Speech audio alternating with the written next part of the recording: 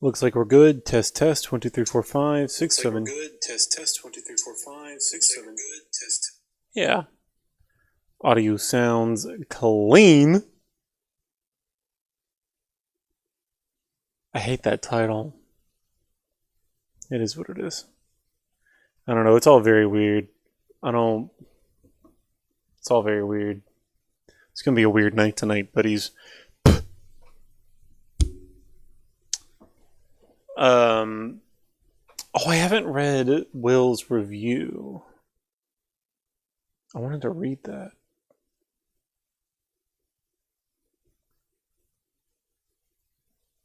Let's see. Let's see what Will thought of Multiverse of Madness. Okay, here's my problem. This movie relies way too much on me already knowing and caring about these characters and the multiverse. Now, while you could say this about every Marvel movie and not be entirely wrong, there comes a certain point where the movie itself still has to put some bit of effort into investing in the characters on its own. Clap, clap, clap. First off, good luck watching the movie without having seen WandaVision. One, that's ridiculous. Like, I don't even really remember.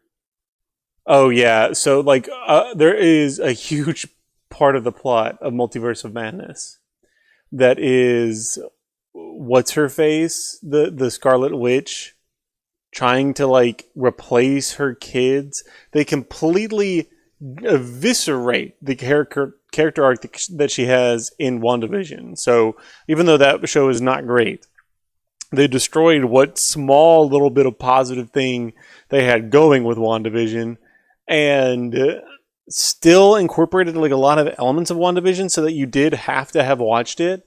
But also, Sam Raimi didn't even watch WandaVision before he made that god awful piece of crap. Sam Raimi like has come out and said, "Yeah, I didn't watch WandaVision before I made the Multiverse of Madness," which the plot of WandaVision like plays a very large role in its plot. Connected to TikTok. That's exciting. That's the driving force of this entire plot. In fact, because I did watch WandaVision, which I enjoyed, the person I found myself rooting for the most was Wanda. You better know I was cheering her on as she was a little too easily sliming out the Illuminati Avengers. And the rest of the movie, I'm supposed to care about her not getting this random new American Chavez girl. That brings me to my second grievance. Oh, well, the reason why she wants American Chavez, God, I can't remember this movie at all. The reason why she wants American Chavez is because American Chavez can open portals to other multiverses, and Scarlet Witch wants to go into another multiverse and steal a multiverse version of Scarlet Witch's children. Is that what the plot was? God, that was a terrible movie. So, like, we should care about her. She's kind of like a human MacGuffin. You know what I mean?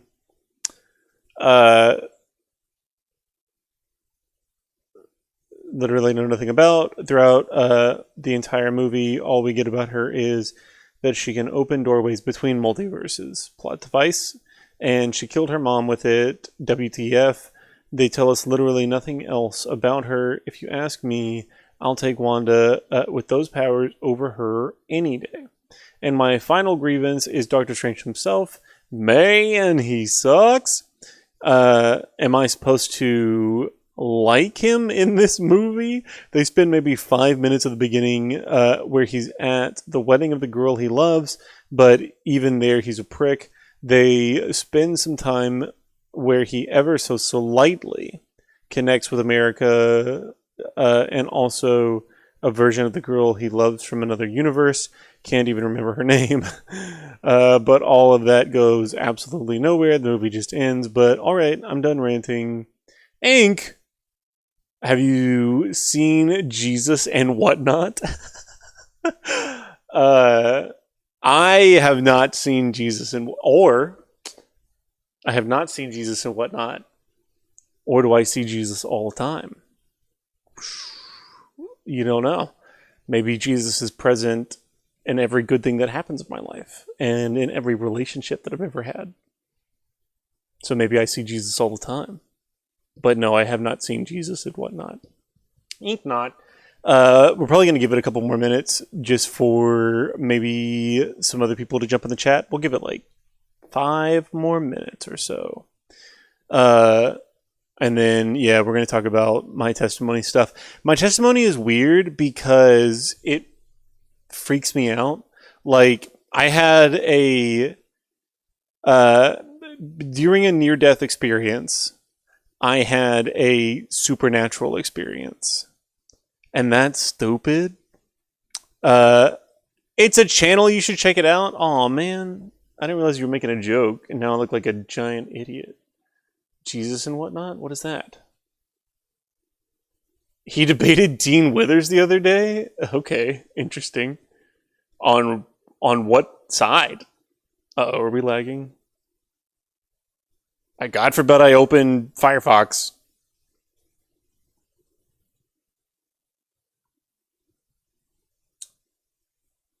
He's like a Christian apologist kind of person. Jesus and whatnot.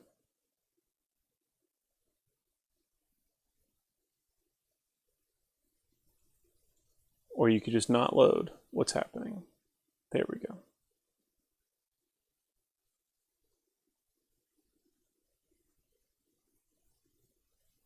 My computer is so slow because I'm streaming on TikTok, YouTube, and Twitch. Oh, I think it was abortion. That's interesting. Did he get the better of him? I feel like Dean Withers is...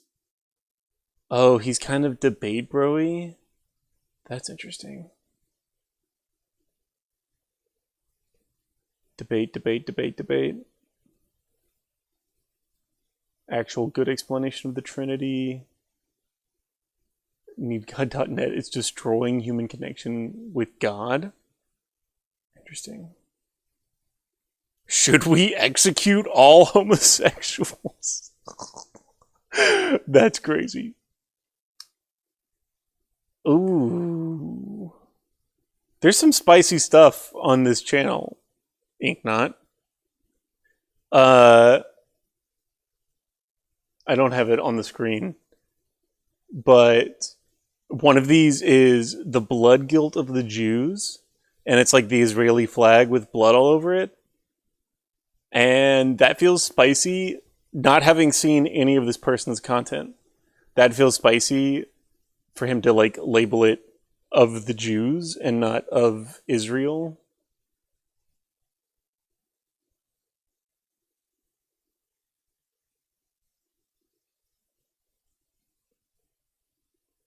This is interesting. I always have never been terribly attracted is not the right word, but like have never seen the importance in debate stuff. He's pretty interesting. That's interesting. I'm intrigued for sure. I'll check him out. I mean, he's doing numbers. Like some of these videos are getting like 200,000 views. Good Lord.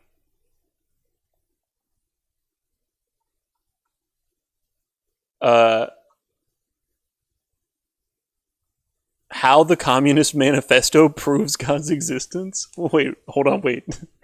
Is this guy super cool? What the hell? Interesting. I for sure will check him out at some point.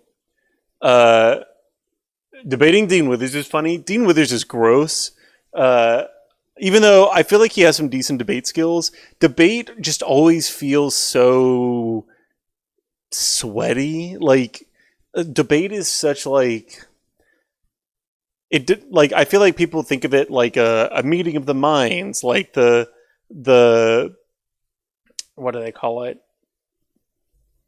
Something place of ideas. I can't remember the phrase. But they treat it as like discourse, like we're having a conversation about important topics.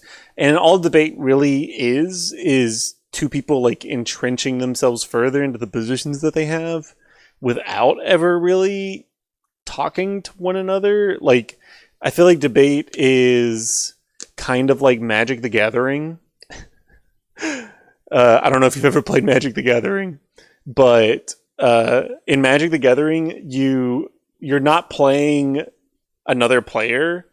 You are pitting a deck that you constructed against a deck that another player constructed, and you're seeing how those unfold. Like, if you construct a deck properly, you will be able to get all the things that you need inside of it in order to beat the game and counter things that other decks might do. And so really all of the gameplay, like the important game playing part of Magic the Gathering, happens like in your room alone while you're sorting through your like giant collection, and not actually at the table whenever you're playing the game. And that's what debate feels like to me. Like debate is like, I went and I memorized a whole bunch of arguments against things that I think that you're going to bring up in this conversation, so that I can counter points that you make. And that feels icky. I don't know. Debate just feels sweaty. Like, I feel like you lose track of things that are actually really valuable whenever you're reducing them down to points in a debate. In my opinion, Dean used a lot of circular reasoning in the debate, but I've only seen a couple of clips. Interesting. Yeah, I feel like I haven't seen a whole lot of Dean Withers. Dean Withers seems like uber liberal, and is so like leaning hard into the debate side of content creation that it just feels like sweaty liberal content, and that has never appealed to me very much. I watched his Surrounded episode. I agree, it's an ego fight. Yeah, kind of. At the end of the day, that's not to say the debate can't be and isn't valuable. I just think, I don't know. I think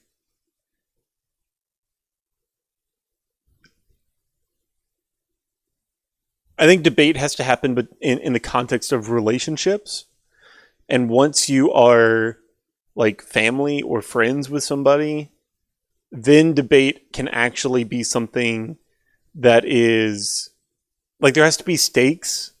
Like, if I'm never going to see this person again, or like they're not going to ask me a favor later, or I'm not going to need to ask them a favor later. You know what I mean? Like, if you don't have a relationship with somebody, then I can just write you off and be like, oh, well, I didn't convince you.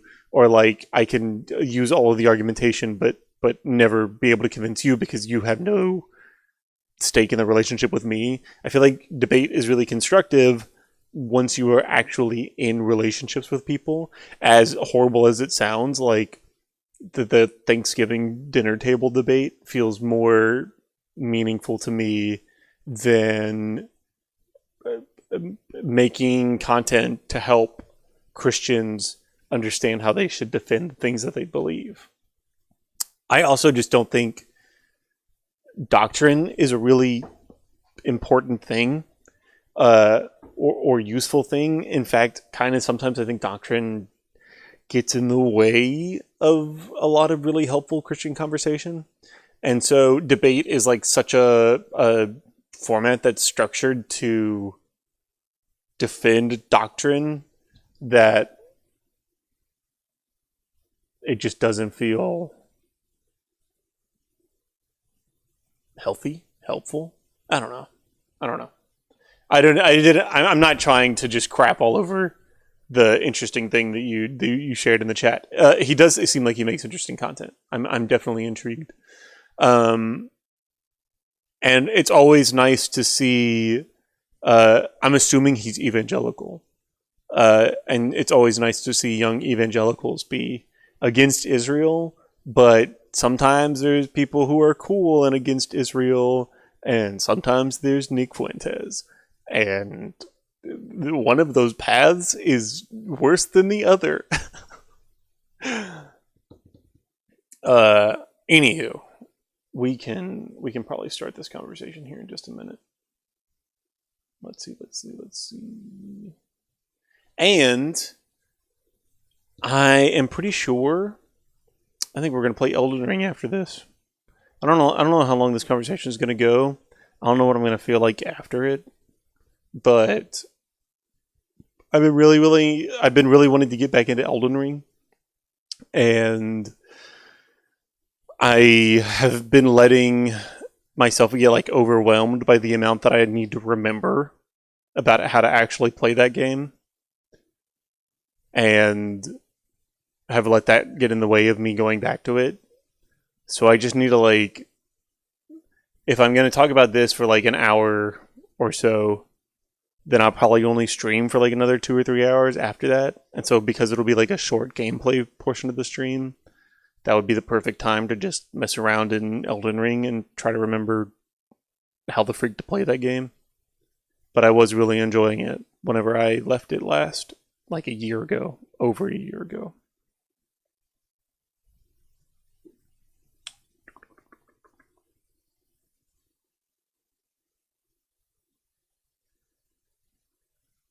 Also, I interviewed James Tallarico. It's very exciting. Uh,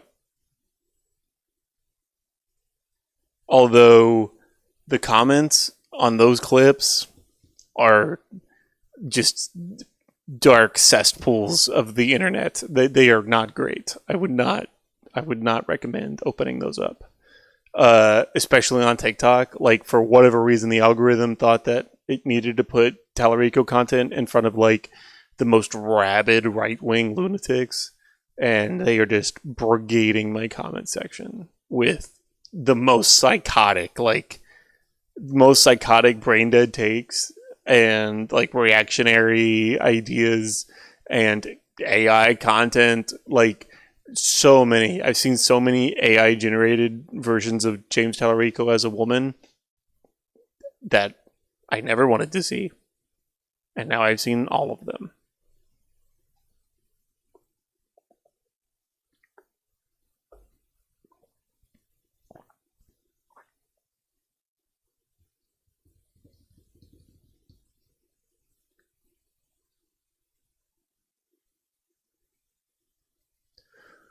Well,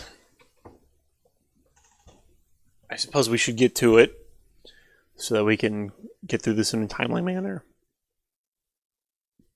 I don't even know how to start this. This is weird. I mainly just want to have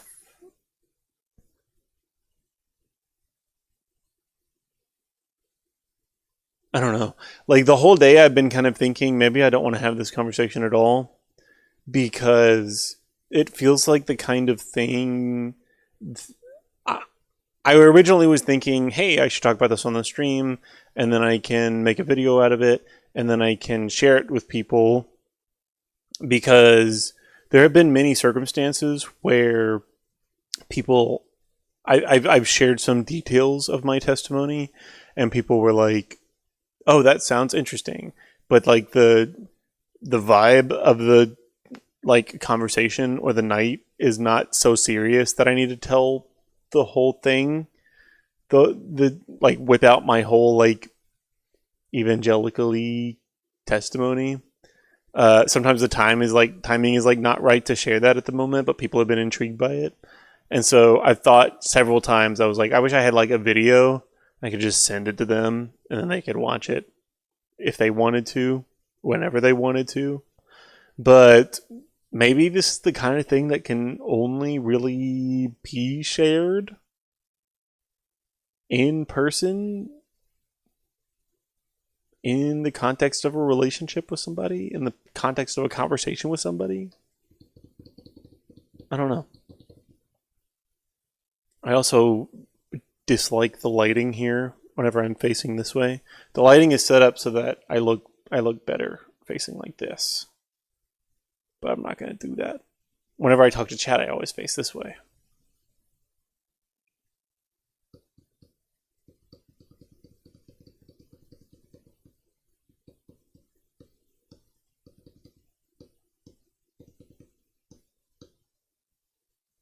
Yeah.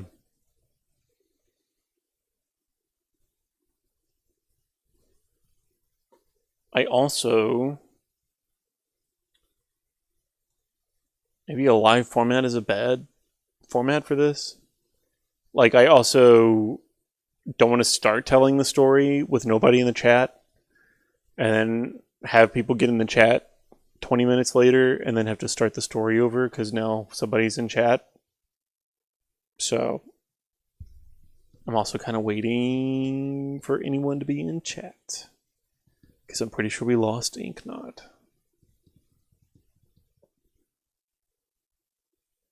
It also feels kind of psychotic to just tell this story to one person. I don't know. Maybe I messed up. Maybe I messed up by saying I was going to do this.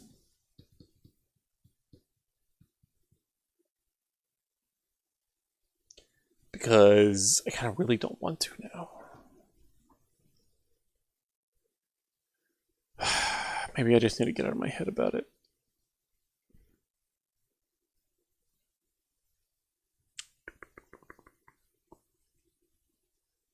Okay. You know what? We're just gonna go. I think. We're just gonna rip the Band-Aid off and do this. Oh, am I missing chat here? What the frick is happening? I hate that the dumb Caster Labs multi-chat that I use, it always sets it to like only Twitch. I always miss that has happened. Okay.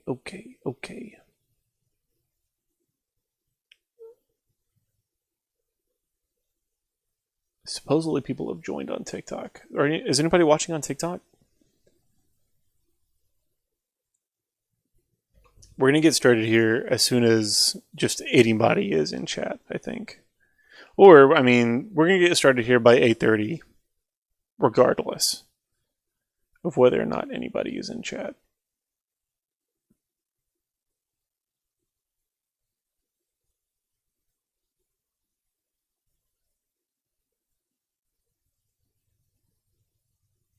I should use this angle more often.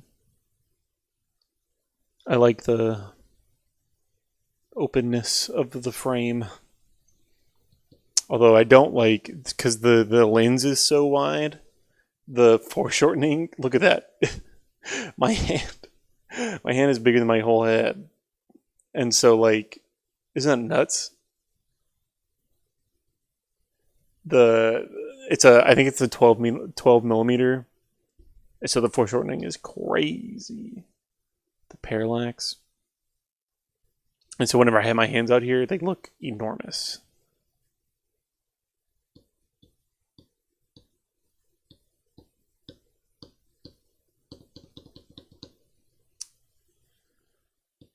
We're going to give it 5 more minutes. I can always go back to talking about what the heck was that movie called? Multiverse of Madness. I'm kind of interested in this guy's video real quick, though. The stream is not going to like this. But it can kick rocks.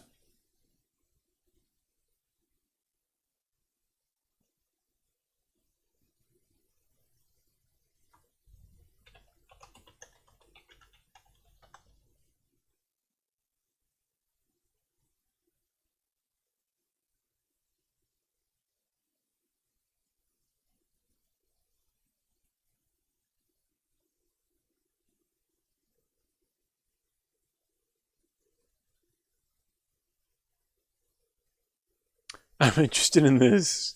Communist Manifesto proves God's existence.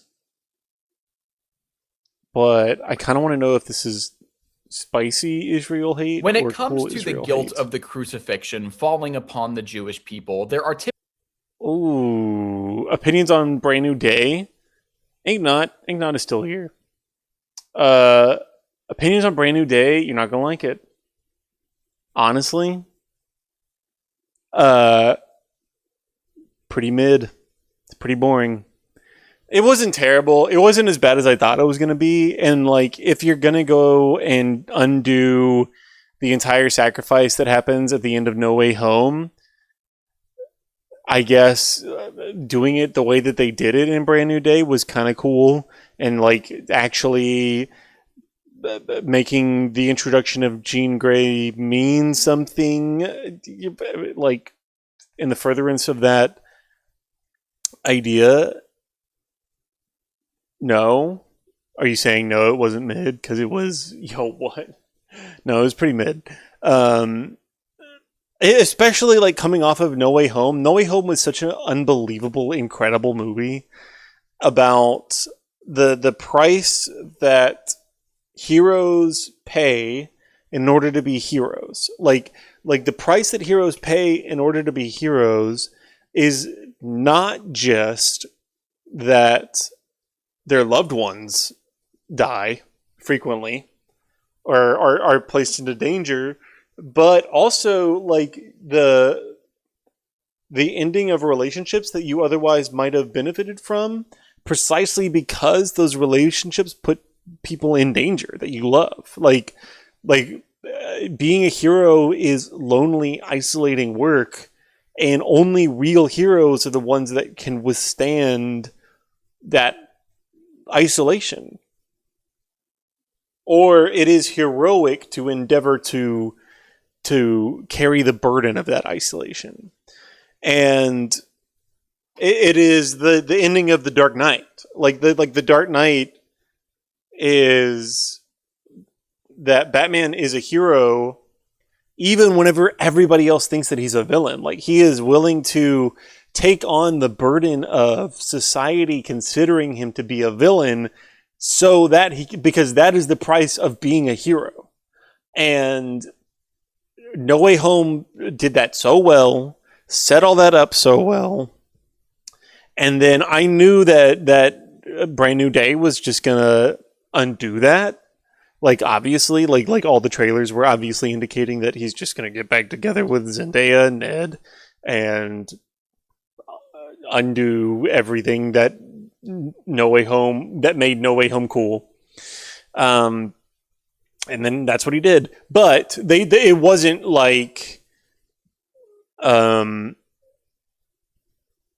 wasn't just like they got back together or whatever. They did really like try to communicate a meaningful idea, in that being a hero means relying on the people that you love in order to be that hero, and that people's love is not something that is dangerous to you or a threat to you. It's actually something that is beneficial to you or empowers you. And that's fine. It's just not what No Way Home did. And I feel like No Way Home is a more meaningful commentary on what it means to be a hero. And Brand New Day feels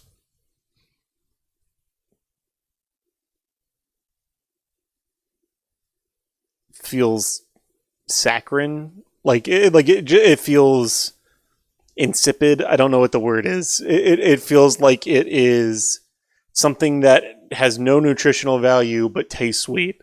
Like, it's like, oh, that's a nice idea, but it doesn't feel like it grabs the weight of what it means to live in society and be in relationships and be a hero. Like, it just feels like a less complicated conversation about heroism than No Way Home was. And especially, like, the whole first half is so boring.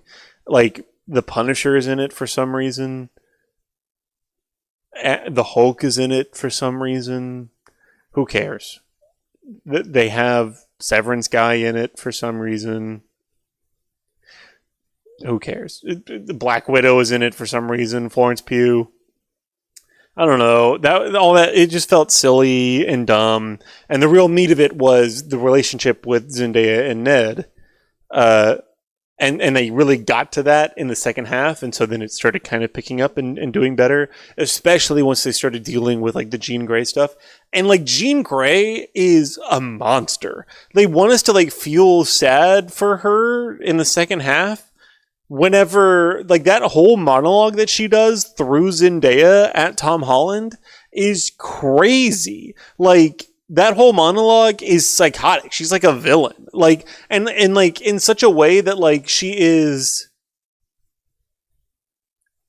raping Zendaya. Like she is forcefully taking hold of her body for Jean Grey's benefit against Zendaya's will. And using it in a way that Zendaya would not use it. Like it's not even that big of a stretch because she uses her body in a sexual way. Like she kisses Tom Holland when Zendaya wouldn't do that. Like it's rapey. Like she just feels like a psychotic villain. And then that was the moment, like in that Zendaya monologue where this mysterious villain, okay, I just joined. This is an insane first statement for me to hear when I thought I would be hearing a testimony. I'm gonna be honest. I've been getting super into X-Men before going to see it, and I think how they treated Jean Grey and her powers, and especially her character, was low-key kind of doo-doo. The portrayal of Jean Grey in Brand New Day was very different from how I'm used to seeing Jean Grey in other X-Men properties. Like especially like the OG like X-Men animated series is the one that I grew up with as a kid.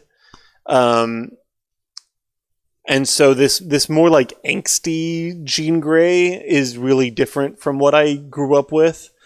I don't hate it. I don't think it's bad. But like I said, I think that they set up like an interesting villain, like after her monologue through Zendaya at Tom Holland, not knowing who the character was. I was like, oh hell, like this person is evil. Like this is a crazy, scary villain person. Who is this?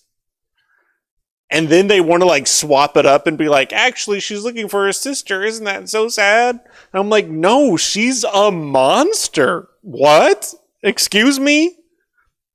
And I guess like they're trying to make her feel like a really dark character so that they have a lot for her to overcome in her X-Men stories. I don't know. But it felt very irredeemable to me. I think X-Men is a great franchise. X-Men feels like, to me, kind of like Superman, where Superman has always had so much potential, and that was always squandered by every property that did Superman stuff. Where X-Men has so much potential, like the societal ideas that X-Men plays with gets touched on every now and then by X-Men properties, but is never really just like grabbed onto and left on the page in a way that wants to have a dialogue with the audience. And so I feel like X-Men has just a lot of potential, and Marvel is never gonna fulfill that. Actively pushes an old man into traffic. Is that what happened? I can't remember.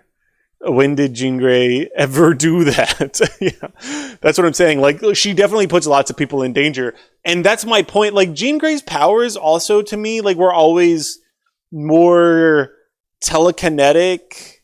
I guess she does, like, do some mind powers. But, like, in this, like, her main power is possessing people. Is, like, psychoactively possessing people. And that never felt like Jean Grey's thing to me. Like, Jean Grey was like, ooh, I make rocks float.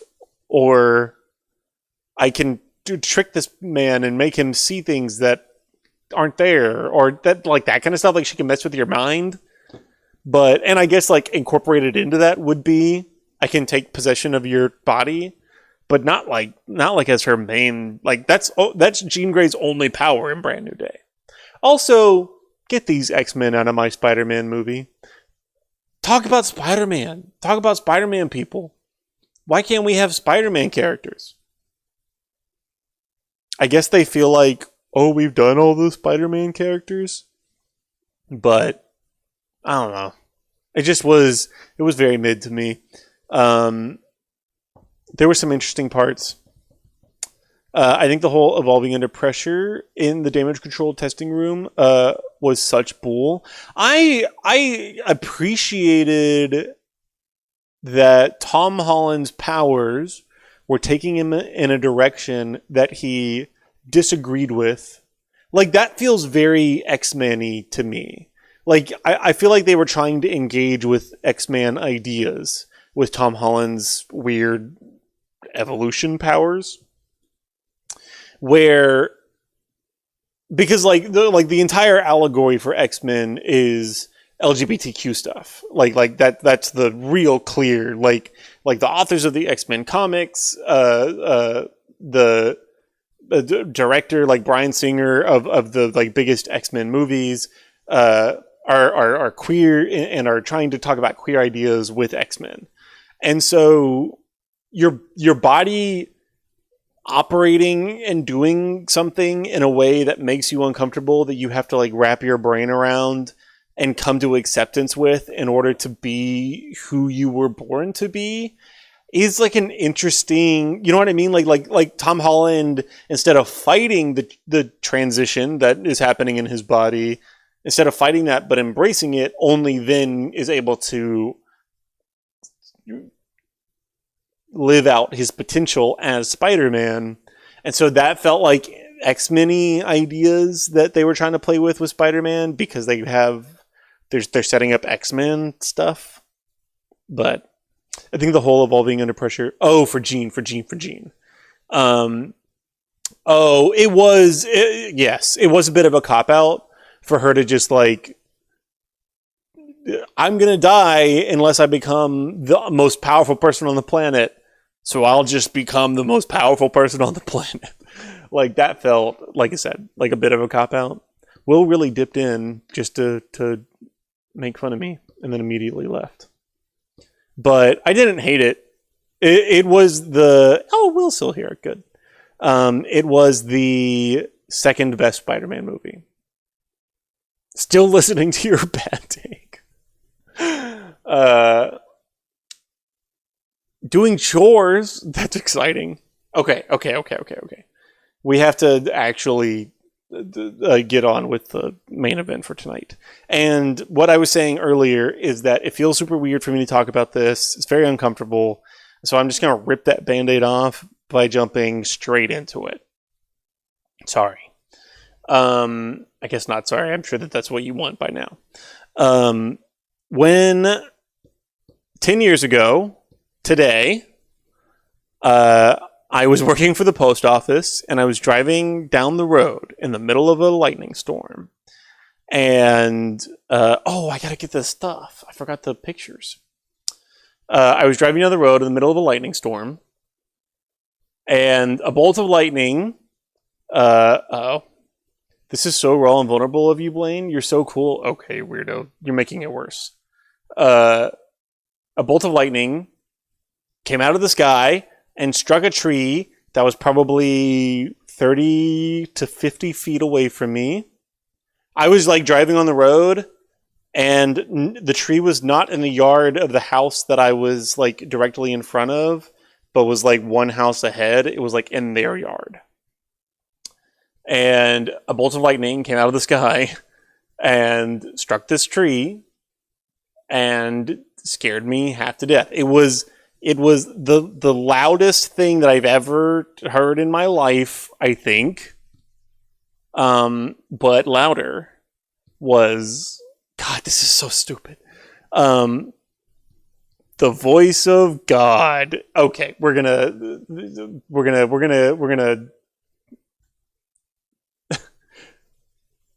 elaborate on that. Let's see here. Real quick, I want to get these pictures so you can see. I took these pictures. I didn't take any pictures during the day because I was peeing my pants. But I did go back about a week later and took a bunch of pictures. Let's see here. Turn this off. Not stupid. Yeah. Let's see. So this is the tree. This is the tree that I posted on my Instagram story. If you saw that. It's coming up. This picture's kind of dark on here. This is the tree. You can see this is where the lightning bolt. I brightened it on my Instagram story. You can go look at my Instagram story. You can probably see it better. This is where the lightning bolt entered the tree. So came down, struck the top of the tree, and it like blew out all this bark at the top, and then you can see like a dark line where the electric current traveled through the tree. Like this is all charred here. You can see it better in the brightened one on my Instagram story. And at the end of that char mark is this section of the tree where it exploded out of the tree. So, like, that's nuts. Like, blew apart this tree, this bolt of lightning. I was driving down the road. The lightning hit the top of the tree. That's where I saw the most, like, spark and smoke. And I don't really remember seeing it come out of the tree towards the bottom. But yeah, it was crazy. It was a crazy experience. So, and what did God say? We're not there yet. We're not to that part of the story yet. So, ever since I was a kid, I have been very literally minded, very scientifically minded. Feels weird, like a weird thing to say about yourself, but that's just what it was. Like, I was super into dinosaurs as a kid, super into space stuff as a kid, super into marine biology stuff as a kid. Whenever I was a kid, I thought that I wanted to be either a astrophysicist, not an astronaut, but an astrophysicist, or a marine biologist. And then one day we went to Kima and they let us dissect a squid. And I was like, okay, I don't want to be a marine biologist because that was gross. But for the longest time, I thought I was going to be a scientist whenever I grew up. And because I was really scientifically minded and like super into dinosaurs and super into space stuff, I watched like videos and documentaries on those topics all the time. And those topics, the popular scientific consensus regarding those topics that was espoused in the documentaries and videos that I watched was in pretty direct contradiction to the fundamentalist young earth creationism that I was instilled with as a child.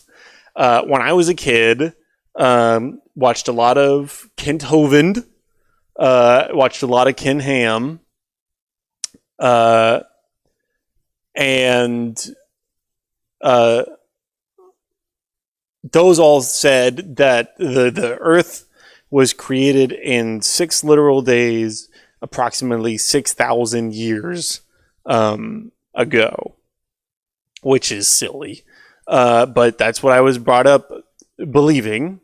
And people like Ken Ham very specifically told me that if I could not take the first chapter of the Bible literally, then I couldn't take the rest of the Bible literally. If I didn't believe Genesis 1, I didn't believe John 3:16. And that's what I thought, like, as a kid. And so whenever the older I got and the more I learned and the more a pretty objective interpretation of the world disagreed with my young earth creationist upbringing, the more I thought, well, then the Bible is silly and fake and none of it is true. Because if Genesis 1:1 isn't true, neither is John 3:16, which is, again, a silly thing to say, and why to this day, whenever people bring up Ken Ham, I seethe with rage, because Ken Ham like was the person that brought me this close to like not being a Christian anymore. So I was really scientifically minded. Growing up, I really grabbed onto desperately, like Ken Ham stuff, specifically, like books that Ken Ham had written. Because that was the only way that I could, like, be interested in science stuff and continue to believe Christian things. Was I had to believe Ken Ham's interpretation of the Genesis story, so that I could just like roll my eyes whenever a space documentary was like 4.567 billion years ago. I'd be like, oh, that's so silly. How ridiculous. How stupid those highly educated and experienced scientists are. I had to like take that course. So that was like, as I was growing up, I really clung on to that. But the older I got and the more I learned, the more it was just really objectively apparent that a young earth creationist interpretation of the world was not only like nonsensical and silly, it was dishonest. Like it just was something that was wrong. It felt wrong for me, and I felt really lied to as I started recognizing all of the argumentation. Speaking of, Inknot was talking earlier in the chat about debating, and seeing the debate points, the argumentation for young earth creationism get disproven one by one, not even by me. Like, I wasn't looking to disprove young earth creationism, just by existing in the world and understanding more and more about the world, how the world works. The more it seemed ridiculous and silly, and the more that it seemed like dishonest to, not just for me to continue living that way, but the more that I felt like I had been lied to, and the more bitter I felt towards like Christian teaching.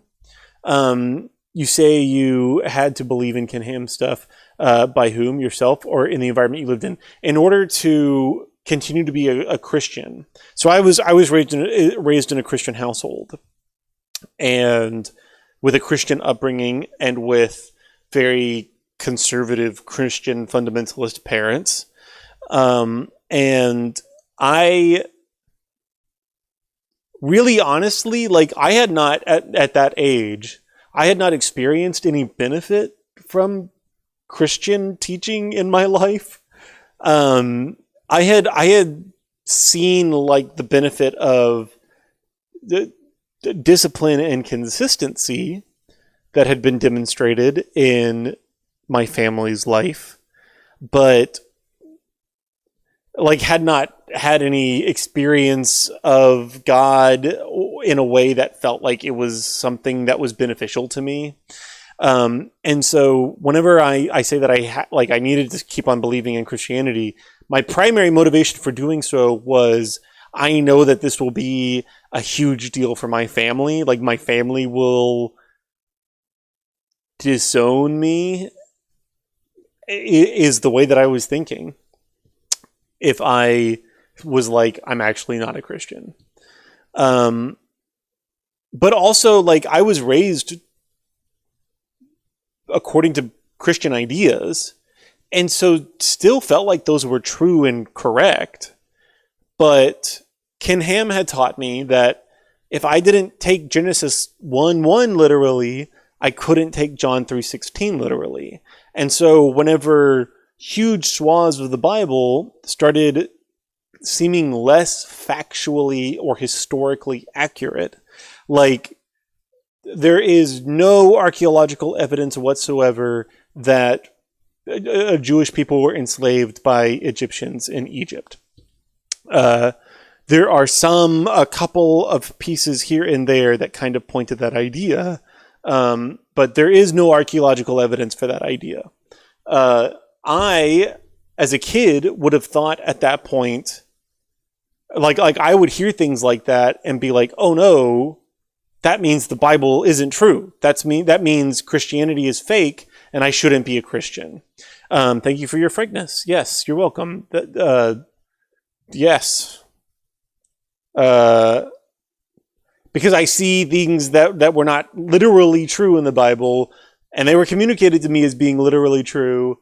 That meant that I couldn't be a Christian, that Christianity was false, and that I shouldn't believe it. I think that there's an element of Christian discipline is hard, and I don't want that in my life. And so not being a Christian felt easier to me. But really the easiest path is the one that I took, which is I can kind of, if I'm just not a Christian, then I don't have to really live by any of that junk. But if I don't ever say that I'm not a Christian, I don't ever have to deal with being like disowned by my family. So I can just kind of have both and exist in between. That was the easiest path, and that's the one that I took. I remember being in high school at Calvary. I grew up at Calvary, in the Calvary Youth Ministry, and I was reading the Odyssey for the first time. And at the beginning of, not the Odyssey, the Iliad. And at the beginning of the Iliad, Agamemnon offers a sacrifice of bulls to Apollo. And I was like, oh shoot, that is exactly like animal sacrifice that I see in the Bible. And so I started like researching animal sacrifice and recognized, this is like in high school, that, oh, lots of cultures have done animal sacrifice forever.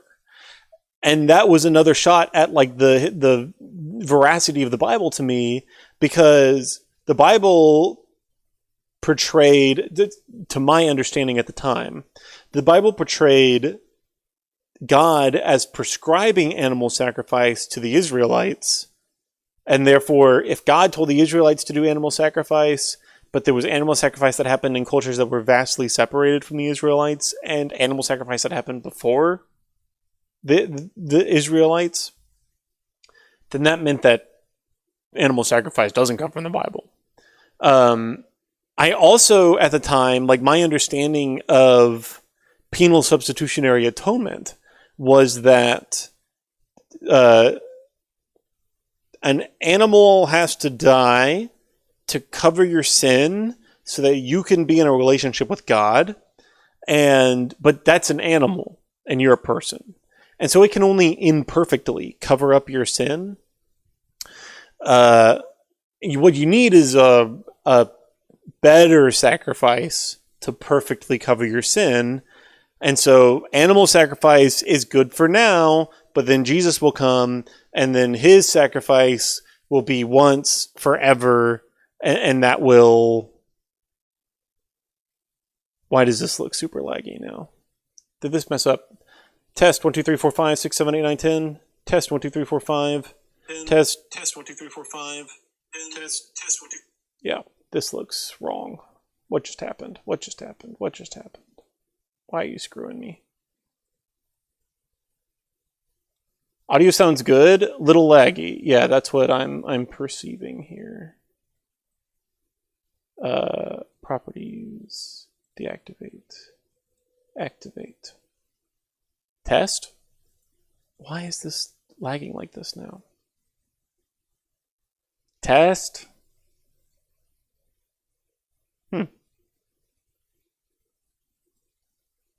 Like this clap is going to be super delayed.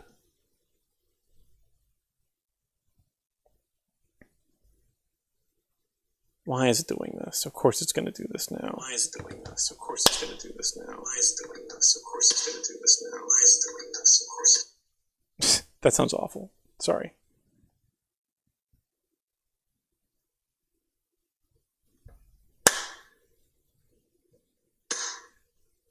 Yeah.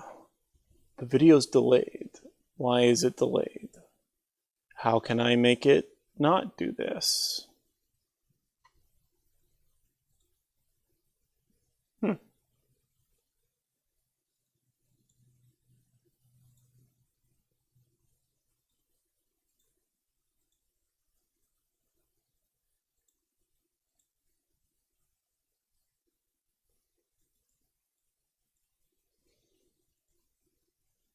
I know. I'm sorry. I'm sorry. I'm sorry. Y'all are gonna have to remind me where I was as well. Hold on. Give me 1 second. You know what? You know what we're gonna do? We're gonna do this. I bet this will probably help.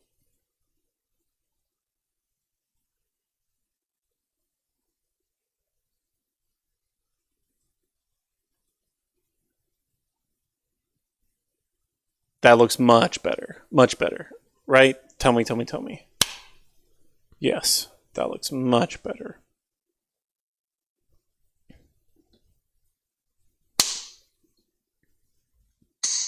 Yeah. Okay. Much better.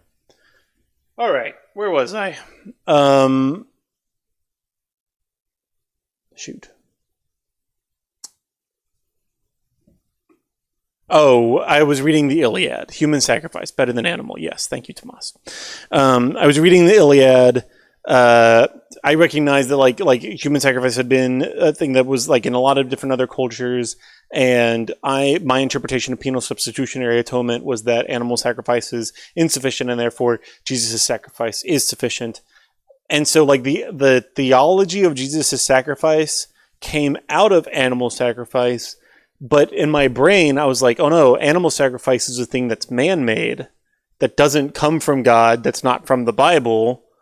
And so, therefore, that invalidates my understanding of penal substitutionary atonement that happens on the cross. And so, I went to the youth pastor at Calvary. I cannot remember this person's name. And was like, I don't understand. I don't get this. I feel like if my problem is between me and God and I messed up, how does this guy dying over here affect this relationship in any way?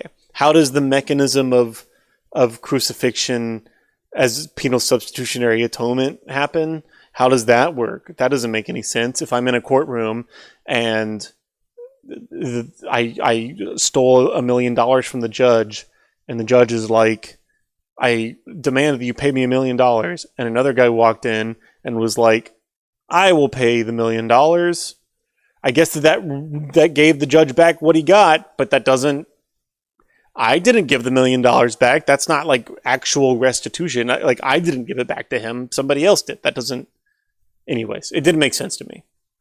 And so I asked the youth pastor at Calvary that at the time.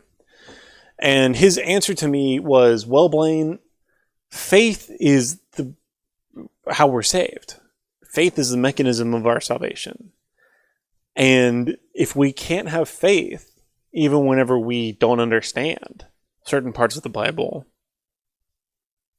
then, that's a bad place to be in if you can't have faith. And what I clearly interpreted in that scenario, I don't know that this was his implication. This is what I got out of it. Was, oh, you are a person who does this professionally, who's like been to seminary, has gotten the full education in all of this. And you don't know the answer to my question. And because you don't know the answer to my question, you're trying to intimidate me into thinking that I'm not saved so that I'll stop asking questions. And that lined up so closely with like other scientific ex-religious people's interpretation of Christianity, where they don't want you to be curious and don't want you to ask questions, and questions are actually a threat to Christian ideology because it's all actually fake, and whenever you press on it too hard, you start asking too many questions, it reveals just how fake it all is. That entire experience like confirmed to me, oh, this is all fake. So by the time I went off to college, I was done. I had not officially, even to myself, been like, I don't believe any of this anymore. But I didn't go to church. I didn't practice any kind of religious belief. And lived however I wanted to, did whatever I wanted to while I lived out in college, as everyone does. but things crashed and burned in college out in California. And so I came back home and started living with my parents, who went to church regularly and expected me to go to church with them regularly. And so that like brought it all kind of to a head where I was like annoyed and tired of having to like practice silly religious things. And I didn't even really think that I believed any of this, and certainly didn't want to practice any of the things that they practiced. And so that was leading to like issues in my relationship with my family. Started working at the post office. And whenever I started working at the post office, I recognized that I could listen to audiobooks. Like I didn't think about that. Actually, I didn't even start with audiobooks. What I started with was YouTube series. I don't know if you've ever heard of Crash Course on YouTube. SciShow is a great channel on YouTube, and Crash Course is a great channel on YouTube. Love Crash Course. That's Hank and John Green make Crash Course. And the idea, ethics is a great one. The idea behind Crash Course is all the history ones are really great. World history, American history, Black history, Black American history. The idea behind Crash Course is like, if you're about to go to finals and you need to review everything that you learned in your college class, you can listen to this series on the internet for a couple of hours, and it'll cover basically everything that like a college course on this topic would cover. It would just lightly touch on it all. And I loved listening to those. And I could blow through a whole series of Crash Course in one day, because whenever I was working at the post office, I was walking like 16 miles every day, working like 12 to 15-hour days sometimes, and could read things really quickly. So I was started listening to like YouTube series, and I was like, oh, I bet I could listen to books like this. So I started listening to books, and then it occurred to me, I was like, oh, I can read the entire Bible this way, because at this point in my life, I had never done that before. If this was 10 years ago, I would have been 23 at this time. I had never done that before. I had like lied like everybody does in youth and been like, yeah, I read the Bible 10 times last year. But I had never actually like read the entire Bible. And so part of me was like, I can read the entire Bible and that'll look really impressive because I will have read the whole thing and I will have done it in like 3 weeks. Which I did. It took me a little bit over 3 weeks, I think, but it took me like a month to read the entire Bible. I can read the entire Bible really quickly, and that'll be impressive. But also then, whenever this stuff with my family, the kind of conflict that we were finding, because I didn't give a crap about religious stuff and they really gave a crap about religious stuff. Whenever it finally came to a head and I would have to be like, I don't really think I believe in any of this anymore, I can say I read the whole thing and none of it seems silly. I gave it a chance. I read it all. So I started reading the Bible and read, got through the whole thing. I was in Isaiah when the incident happened. We're coming up on the incident, by the way. And in Isaiah, I had just like gotten through Kings. And so in Kings, like they talk about how they, like even the good kings, like they were great. And they instituted worship of the Lord, but they didn't stop. Oh boy, just in time for the incident. Yes. But they didn't cut down the Asherah poles or put an end to the high places. And I didn't know what the heck that meant. I really absorbed very little of what I was listening to. But in Isaiah, at some point it's talking about, I don't even really remember what part of Isaiah I'm in. It goes back to like that idea of Asherah poles. And I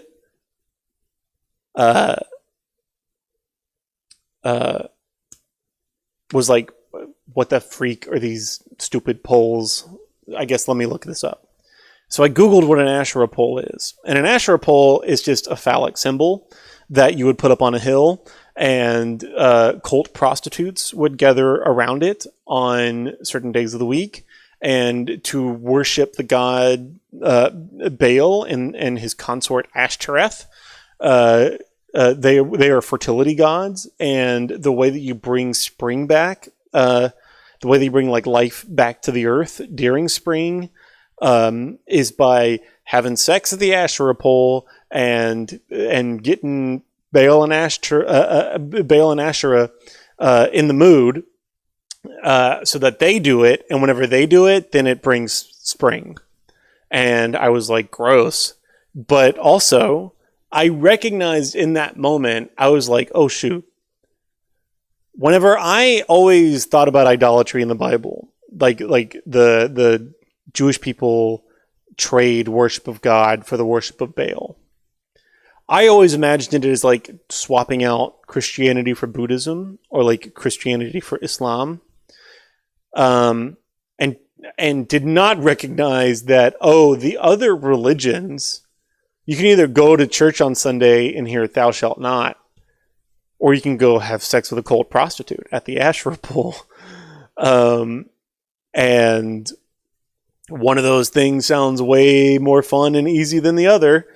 And so I was like, oh, idolatry in the Bible is not exchanging one ideologically, morally rigorous worldview for another. It's exchanging an ideologically and morally rigorous worldview for one that is just do whatever I want, whenever I want, all of the time. And I was like, oh shoot, that's what I did in college.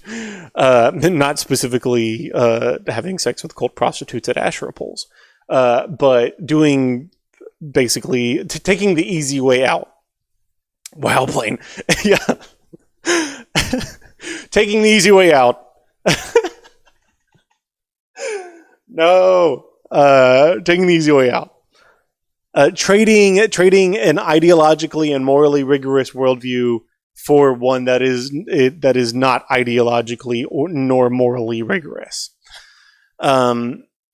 And so I'm listening to the Bible, listening to Isaiah on Kenwood Street. If you're ever in Beaumont and you're ever in the West End, and you're kind of by 23rd Street, and you're on the All Saints side of Gladys, like you're between Gladys and Delaware, kind of around 23rd Street, you're in that area, in the Kenwood area, where Kenwood Street is. I'm on Kenwood. And the way that you carry the mail is you have a street, and you pull up to the corner, and you get out, you gather up all the mail and the packages. You get out, and you walk all the way down the street, and then you turn around, and you come back to your truck. You get back in the truck, having delivered all the mail on that street, and then you drive up to the next street corner, and you do that again. You do the next loop. But most of the time, you don't have enough space in your bag for all of the packages that need to be delivered on the loop. So you get out and you walk the mail and most of the smaller packages on the loop. And then as you drive from one street corner to the next street corner, you get out and you dismount the packages. So you pull up and you hop out and you deliver a package. And then you pull up and you hop out and you go deliver a package over there. And so I had just finished walking a loop whenever I had this realization that, oh no, I traded an ideologically and morally rigorous worldview for not that. And so I just done the loop. I climbed into the back of my mail truck, and I'm sorting the packages in order so that I can dismount them in the correct sequence. And I prayed in the back of my mail truck. And there's two different versions of this prayer that I tell whenever I tell this story. The first one is the truncated version, which is like whenever I'm telling the story in a brief manner, I say that I prayed, God, if you're real, kill me, which is intense. and is not what I prayed. It kind of has a similar effect to what I prayed. To what I prayed. I mean, it definitely like has the same end result, but is not specifically what I prayed. What I prayed in the backseat, just to demonstrate how little I understood even just basic penal substitutionary atonement, much less other forms of salvific ideology and theology after penal substitutionary atonement. But like, I didn't even get penal substitutionary atonement at this time. And so I was like, oh no, I did behave poorly. I behaved in a way that was wrong, like that I felt guilty about. And to assuage that guilt, I prayed, God, I know that you're real. Felt kind of silly praying the prayer, but I felt guilty about this, and I felt like I was kind of thinking in the back of my head, I feel guilty. Let's give this one more go.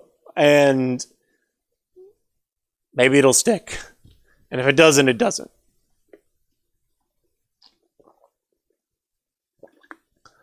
So I was like, God, I know that you're real. And I know that I traded something that was ideologically and morally rigorous for something that was not.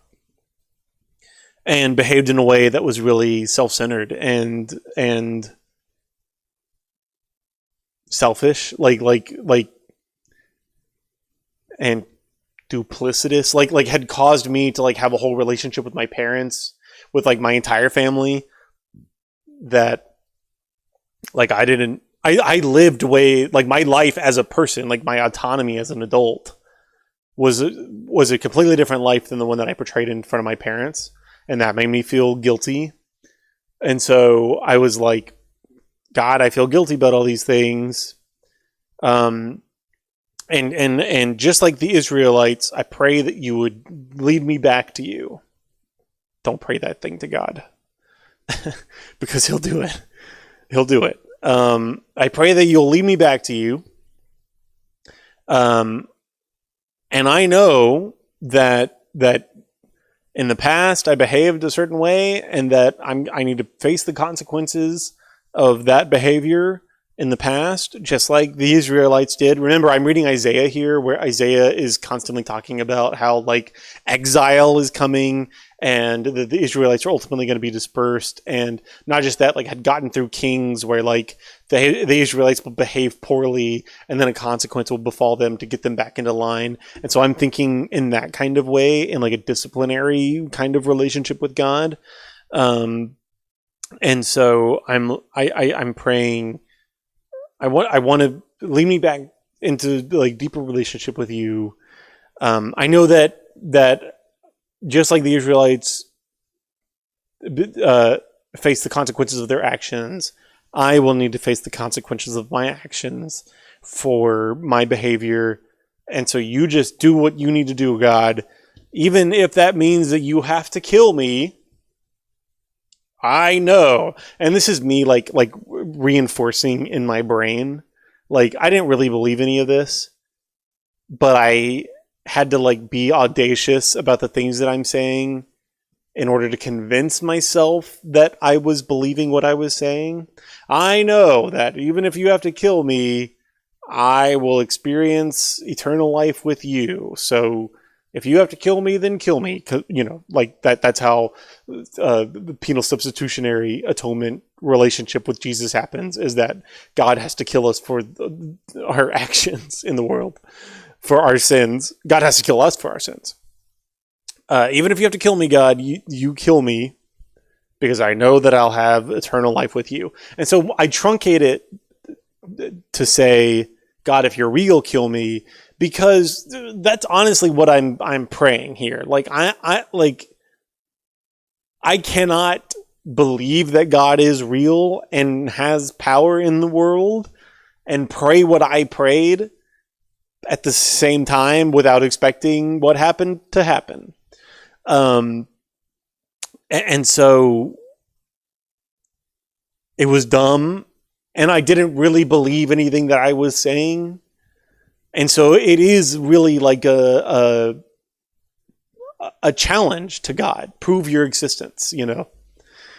So I truncate it that way. But what I prayed was, even if you have to kill me, you kill me, because I know that I'll have eternal life with you forever.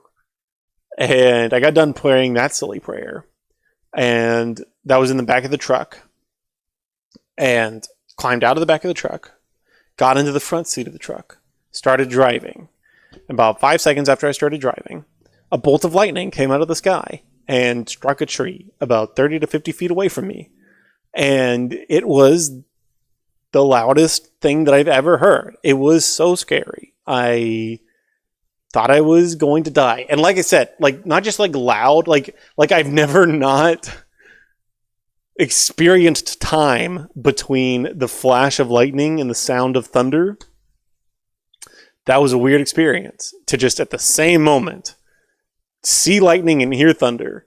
And whenever lightning strikes close to you that way, it's not reverbing the way that thunder usually does. It doesn't sound far away. It sounds like an explosion. It's a crack sound. It is, and like smoke, this plume of smoke billows off this tree, sparks fly, and I hear somewhere in my brain, my heart, my spirit, I don't know, I hear the words spoken, ask, and ye shall receive. King James English for some reason. Ask, and ye shall receive, ye of little faith. And I said, okay, God, don't kill me.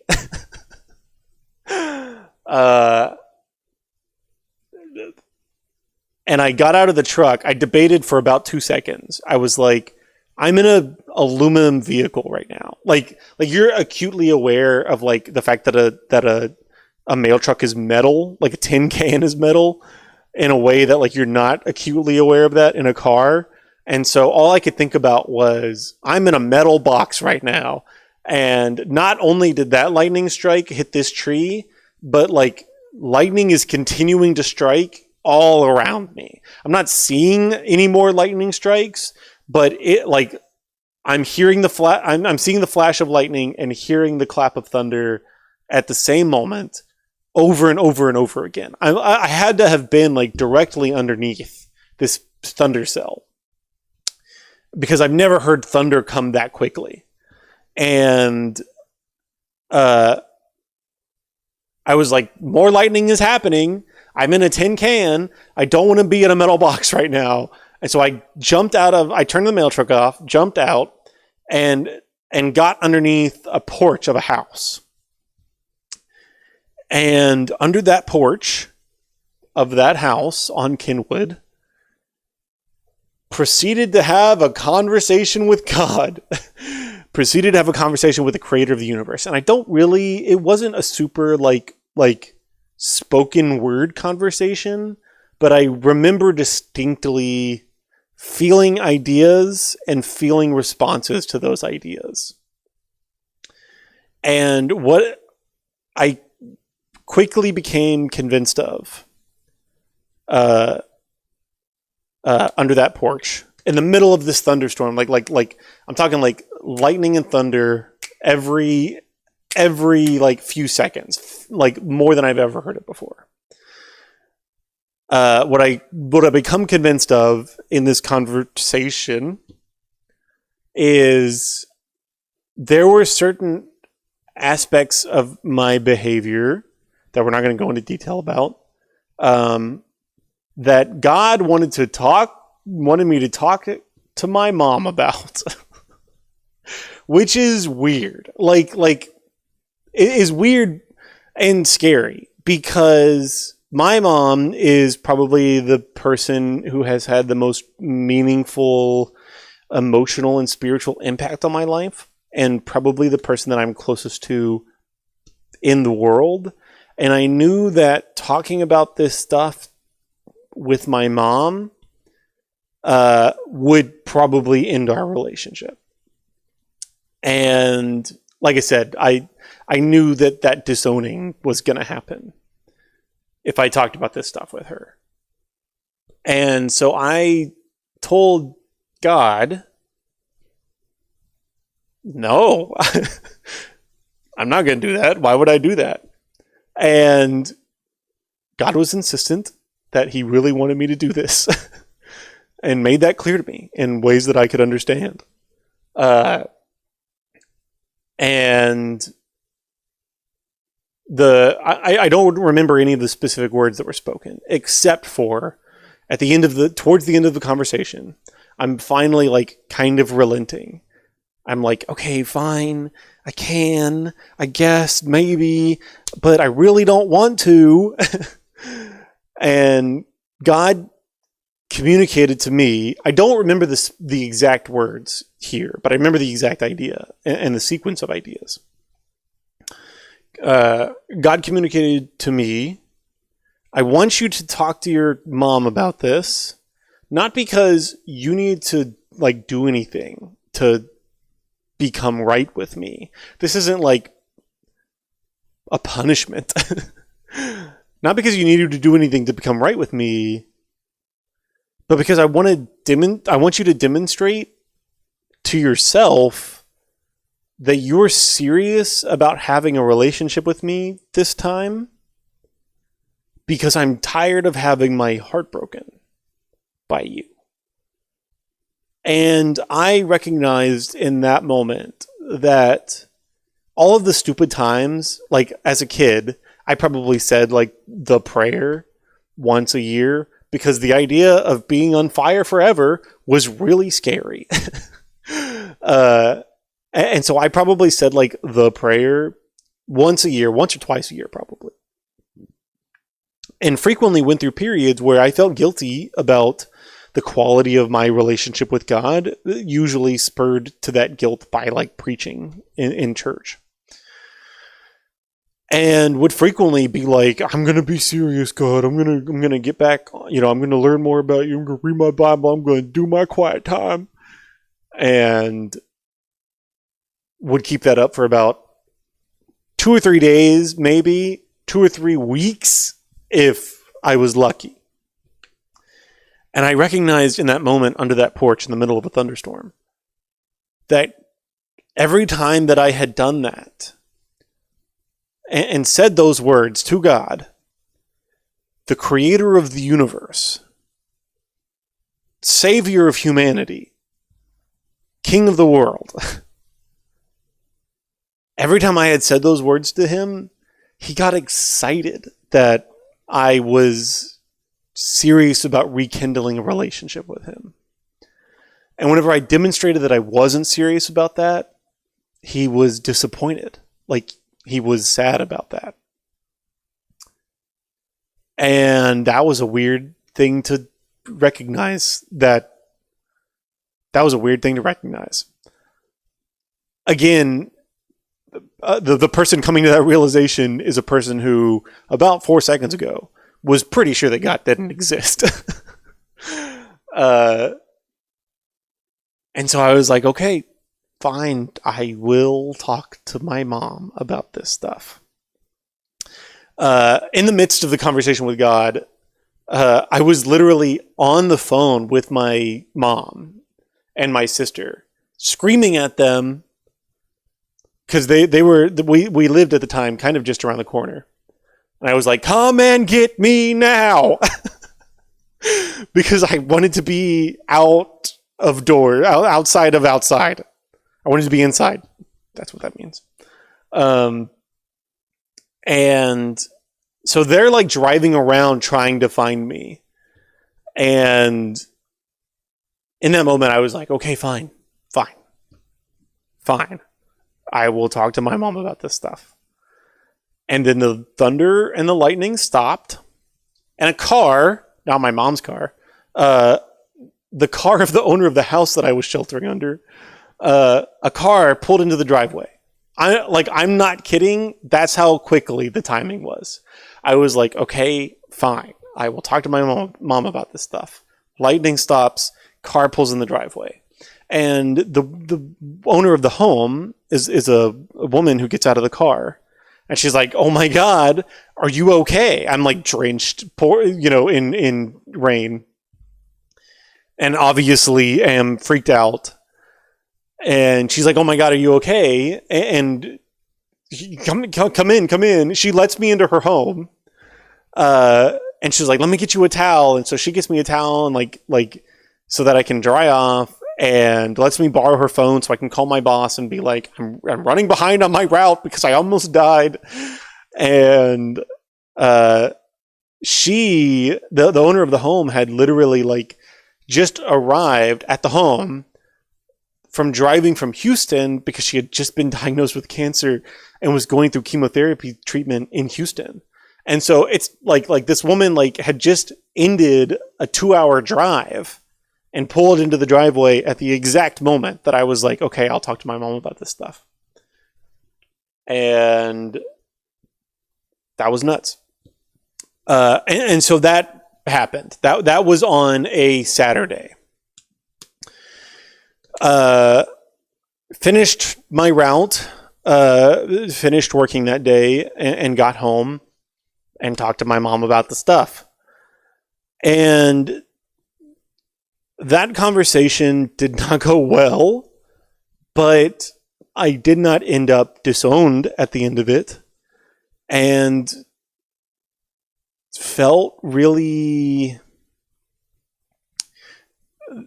things were weird in our relationship, but having lived years beyond this point, my mom has been, like I said, one of the most kind and loving people I've ever known in my life. And like, no one has been in my corner more than my mom has been. And I really think that God wanted me to talk to my mom about this stuff, because her faithfulness in that moment and the moments afterwards is in some way a small picture of the faithfulness that he demonstrated in that moment. The more that I go back and try to interpret that moment, I think like God was teaching me a lesson there that took years to really appreciate. Like way longer than I would have ever imagined. But it was a weird conversation, and we left that conversation in a weird space, and it didn't feel cathartic or great at all. It felt really bad, actually. On Saturday night, like I'm like in tears, like feel horrible, feel dejected and small, and wake up Sunday morning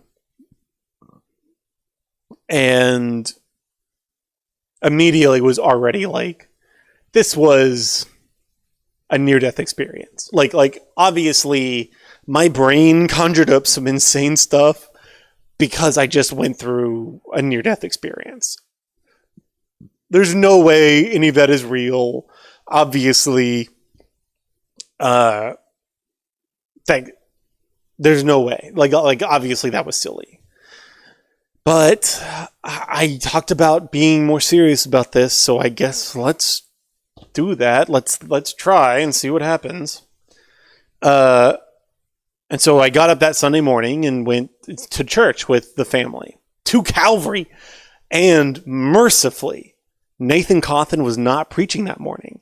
I really think God supernaturally gave me that gift so that Nathan Cawthon was not part of this story. Because even though it happened at Calvary, praise God, even though it happened at Calvary, Nathan was not a part of it. That's when you knew. That is when I knew. Got up and went to church that morning and prayed before we went to church. God, yesterday was crazy. And being stupid, talking to the creator of the universe stupidly. That yesterday was crazy and horrifying and so scary. Please don't ever do that again. This feels really shitty. I feel bad. This feels not great. It's supposed to be great, right? Like salvation experience, come to Jesus moments are supposed to be cathartic and awesome. And this is not any of those things. So yesterday, God, you showed me a message of your divine wrath. No such thing as stupidly talking to God. I know. Yesterday you showed me a message of your divine wrath. Today, maybe I can get New Testament God. Maybe I can get some more lovey stuff. And again, I'm just talking to air. Like none of it is real for me. I am convinced that by this point already that was a silly, ridiculous experience that I went through. Get up and go to church. And it's during the revivals that Calvary would do, during like the summers, I guess. And so it's not Nathan Cawthon, it's the Tina Turner guy. I can't remember what his name was. But he would frequently come and preach at these revivals, who, from what I understand, is not like an awesome person either. But I didn't have the experience with him that I ended up having with Nathan Cawthon later. And so I'm glad that it's him in this story and not Nathan Cawthon. But it's that guy preaching, the Tina Turner guy. And he's preaching out of Matthew 14. Oh, Florida dude that came once. He came more than once. He came at least 2 or 3 times, I think. He was from another state. I can't remember where he was from, but he was from a different church in another state.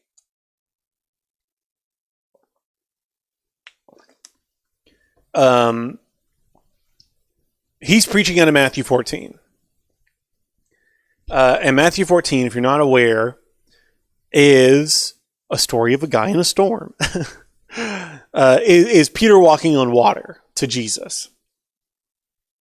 And so I'm sitting in church.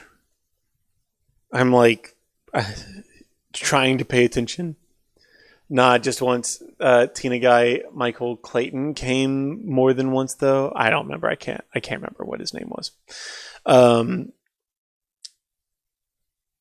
What was I saying? I'm sitting in church trying to pay attention, listening to him recount the story of Matthew 14. And none of his preaching is the really significant part in the story. It's just the fact that he happened to be preaching on Matthew 14. So he reads through Matthew 14. And Jesus has just done the feeding of the 5,000. He sends the disciples across the Sea of Galilee in a boat.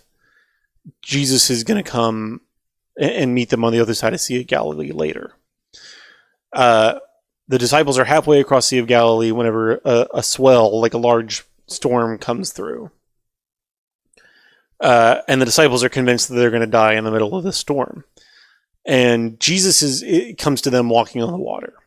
And Peter is like, God, if that's really you, call me to come to you. And Jesus says, come on, come to me. And so Peter gets out of the boat, walks on the water to Jesus, but the environment around him is so chaotic and scary that he loses sight of Jesus or loses belief that Jesus is empowering him to do what he's doing. You know, it differs on your interpretation of the story. But he loses sight or faith and starts falling into the water. And he cries out, Lord, save me. And immediately Jesus is there in the middle of the storm, grabs his hand, pulls him out of the water, and asks him, why did you doubt, ye of little faith? And I was like, shit. So these are the exact words that were spoken to me by God yesterday, spoken to me again today, in a completely different context, the exact context that I asked for, which was in a moment where I thought it wasn't possible to believe in God anymore. In a moment where I thought parts of my life made it impossible for me to follow the teachings of Jesus in a serious and authentic way. In that moment, I conceded myself to drowning. And God demonstrated his existence to me, not as an act of divine wrath, but as an act of divine grace, to say, why did you doubt that I would not be here? You have no faith, you dummy. Like, why would you not think that I wouldn't be here to pull you up out of the water? And to hear the exact words that I heard the day before in a completely different, and now like what I felt like was a clearly affectionate context. I was like, the statistical likelihood of me hearing those words, of me thinking that I heard those words yesterday, and then hearing them repeated in the middle of this church today, seemed astronomical. So I guess God is real. And because of that experience, I cannot not believe in God, which is crazy. Like, it makes me feel silly and small to need that. Cuz sorry, Mom. It makes me feel silly and small to need that, but honestly, given what I have been through in these last 10 years, I am so thankful that I cannot not believe in God. Because I think I wouldn't today. My understanding of God and my relationship with him and my relationship with others and the Bible's impact on my life and history has been flipped so on its head from that first day of this new phase of my life where I've committed myself to discipleship. Such a good point. And what about the squirrel? You're not supposed to mention the squirrel, Mom. I have the picture.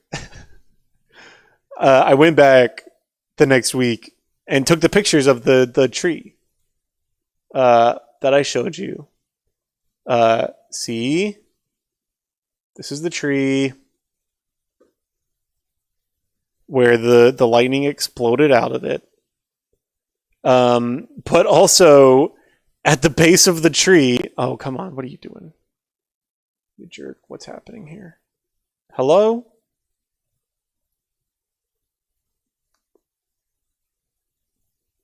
At the base of the tree, I also found... Oh, freak, where is it? Oh, here it is. A dead squirrel. So I'm quite sure that this squirrel was in the tree when it got struck by lightning, and he was a goner. He died. So that's sad. That's a sad little wrinkle to the story. I usually leave the squirrel out of the story. I'm glad it was the squirrel and not you. Yeah.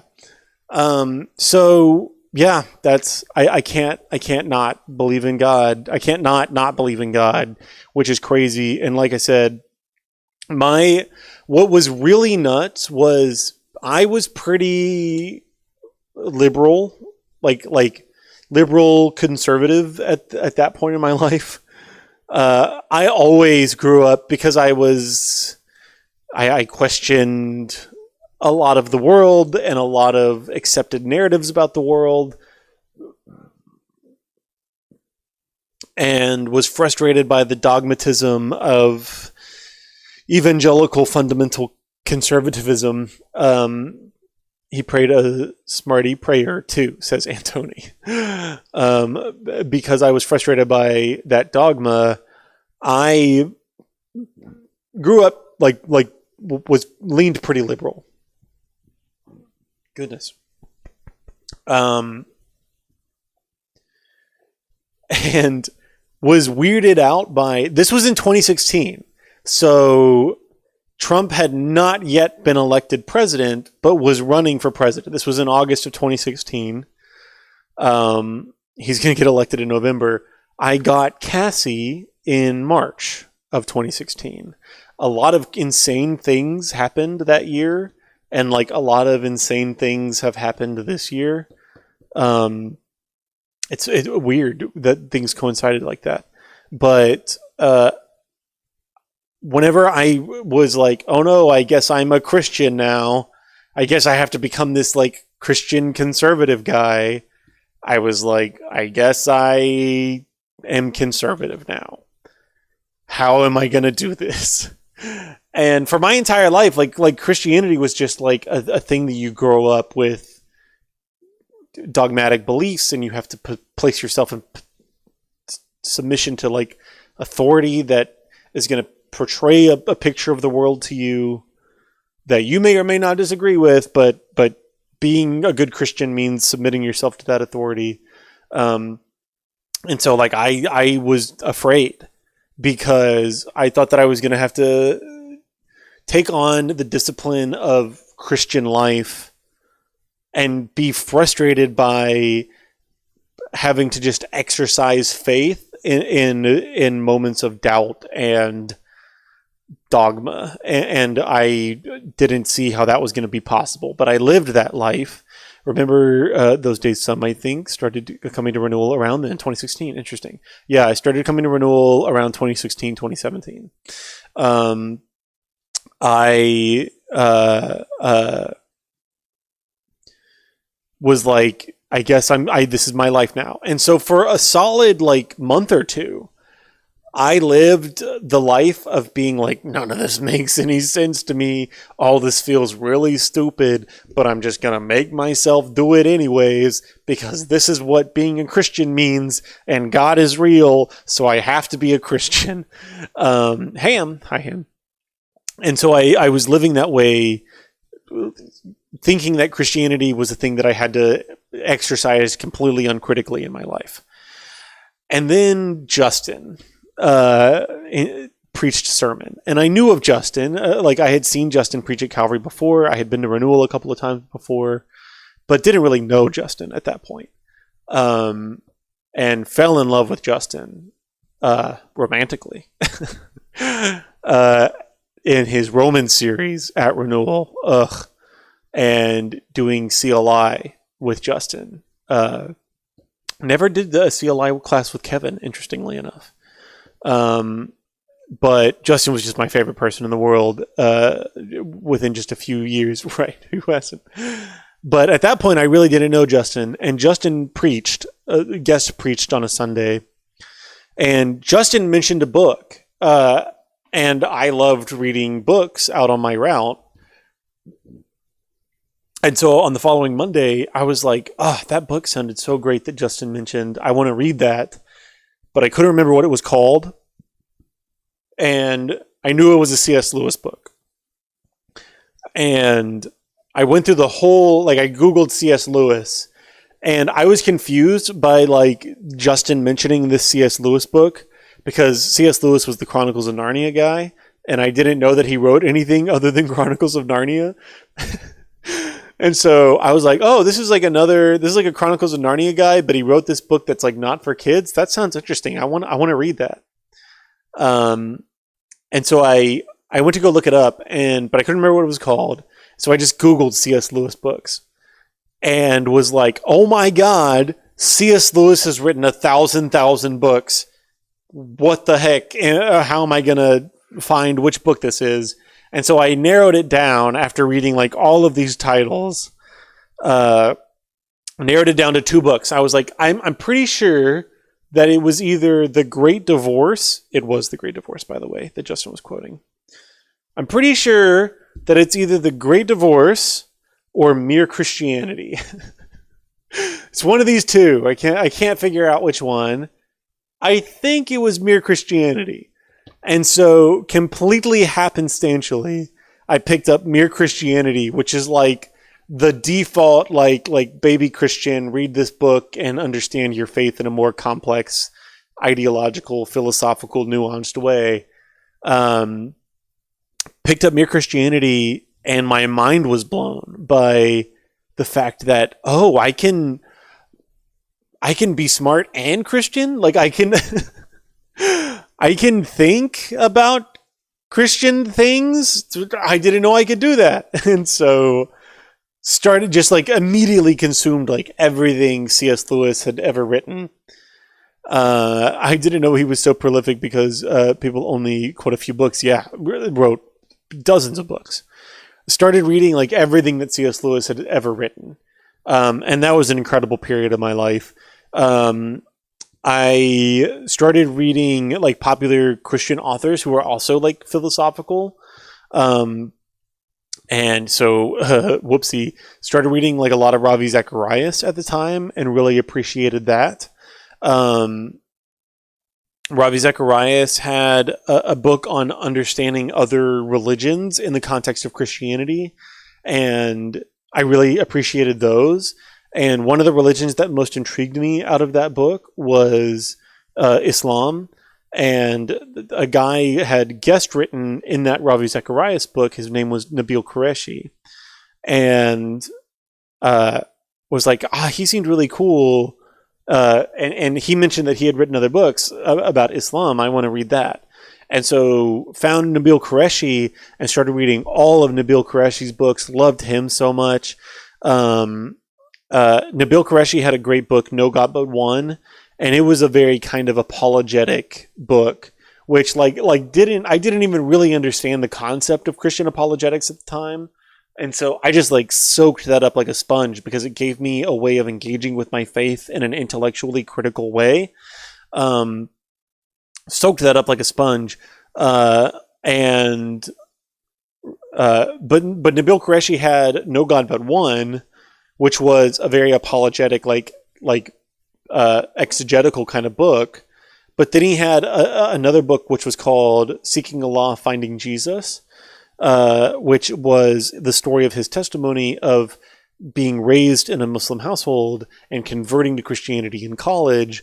And that was just a really emotional, he was so vulnerable in that book.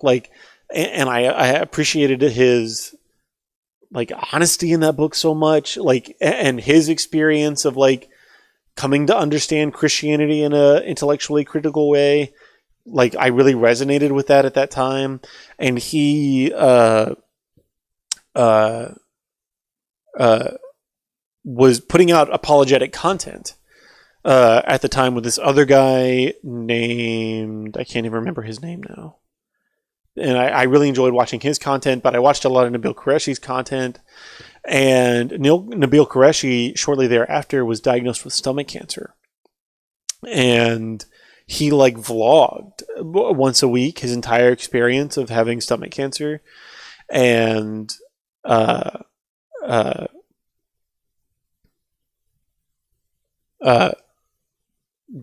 you just watched him over the course of 2 years go further and further downhill. And he died. He got the stomach cancer got so bad that they had to remove his stomach, and he was having to eat special food that went directly into his digestive system that was already processed, was already processed in a way that his stomach would have done, but they removed it. And he died not during Harvey, but right after Harvey. He was in Houston because he was going to MD Anderson, and whenever Houston flooded during Harvey, he couldn't get, he was starving to death because he couldn't get that special food that he needed. He had just had his stomach removed, and the city had flooded. And so the hospital was having to bring him this food by boat, to get this food to him, and within I think due to complications because of that, he died within just like a week or two after that point. But that left a really big impact on me. I went through, John Piper had preached through Romans over the course of like 7 years and had it all as audiobooks. And so I listened to like all of John Piper's. Oh, one second.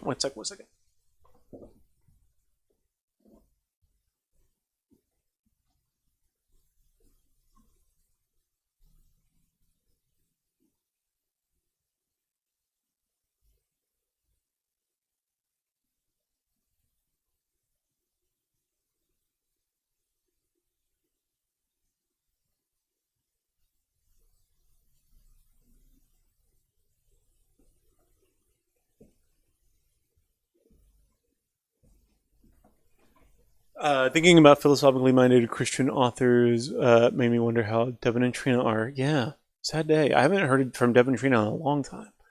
I need to text them. This is the Bible that I bought right after. It's dusty because it's been on a shelf. Right after I went through this experience, I was like, I need a Bible, I guess. So I went and I got a Bible, and I took notes in it throughout this time, and went through John Piper's series in Romans, and like I said, soaked that up like a sponge as well.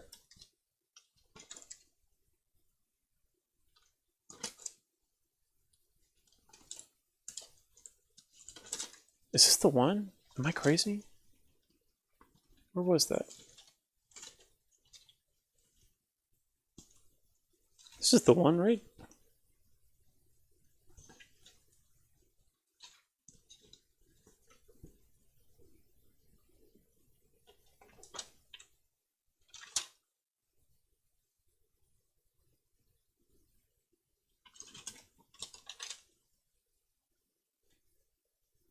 One second.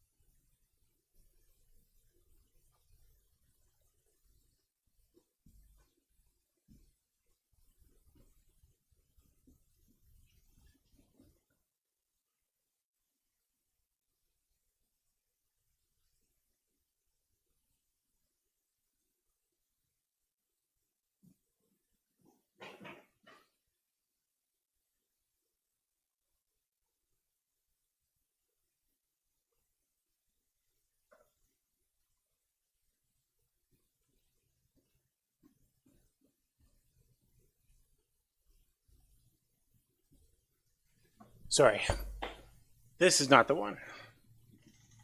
I forgot. I completely forgot that this one got wet because I had it in my mail truck all the time, and like during a rainstorm, like it leaked inside the mail truck, and so this one got wet and messed up a lot of the notes. And so I transferred those notes into this one and took notes in this one for a lot longer.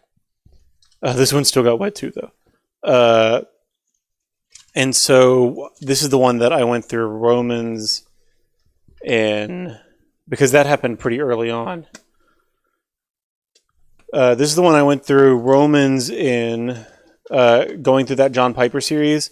So like I'm on my route listening to John Piper's Romans while I walk out the loops. And then whenever I get back to the truck, I'm writing all the notes of what I was impacted by. And so like this is what the pages of this Romans Bible look like. Like every inch is completely covered. Epic. Because I was just so impacted by like, I was like, oh my God, I can engage with this in an intellectual way.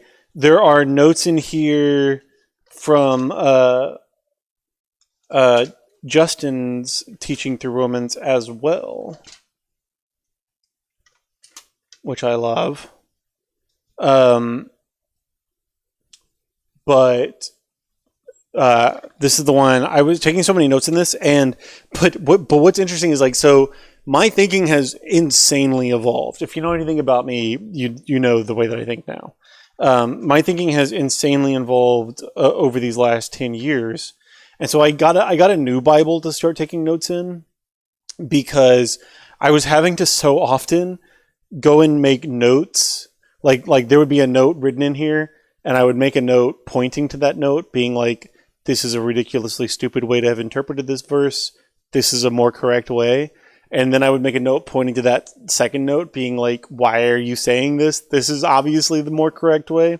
And so a lot of these notes like will like record my changes in thinking. But just as an example, one of my favorites in here is a note written during a Nathan Cawthon sermon. This is 9/16, so this is just a month. Little baby Blaine taking Christianity seriously for the first time. This is Acts 4 that I'm taking this note in, this one right here. And it says, not communism or socialism, see Acts 5:4. Because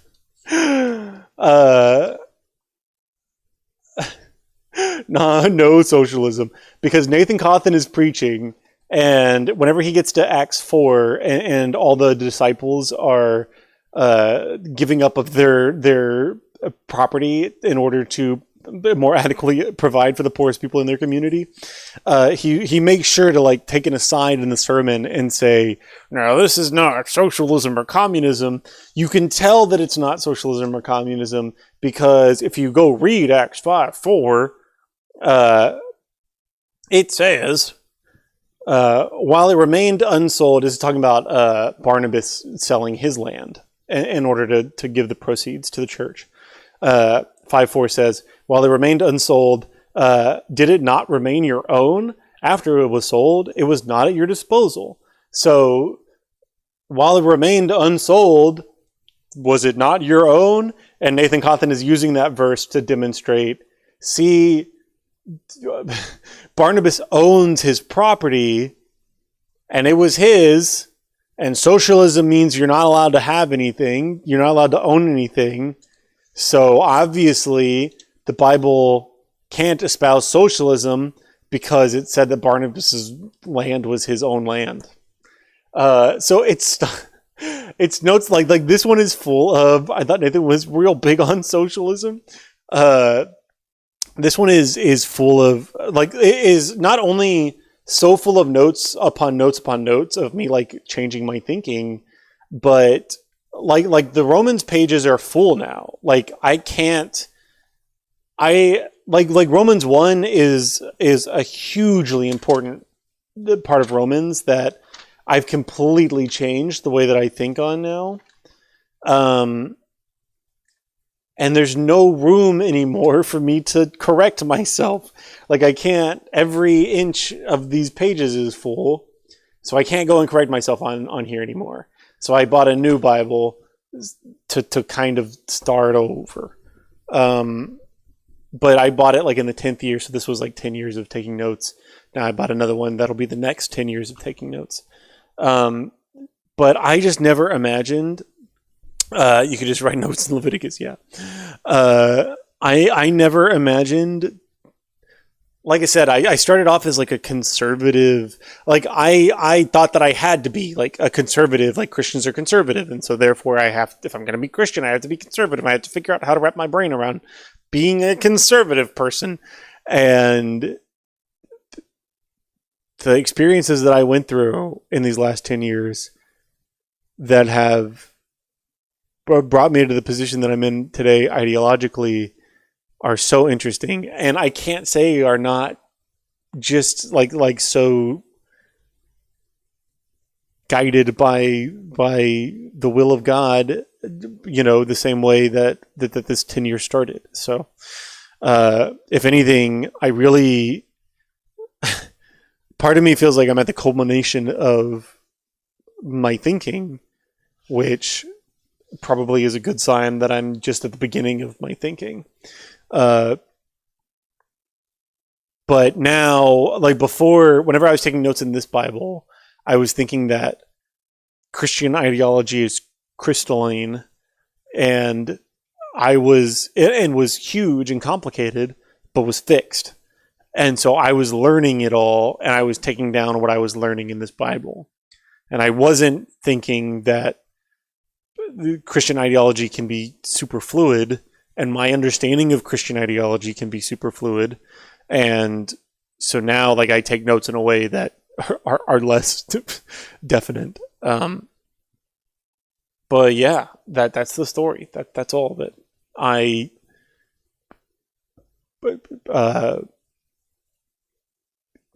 God talked to me, and that's a weird thing to say, but he did.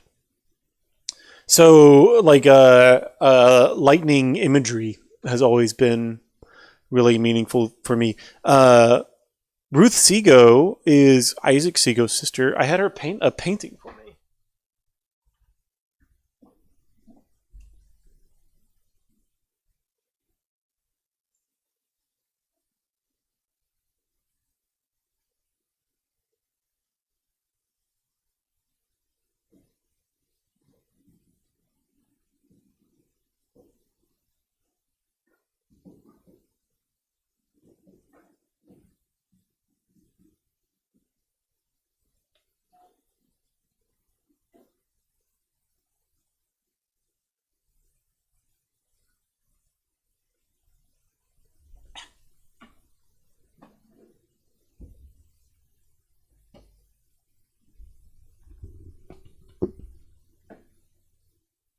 Ta-da!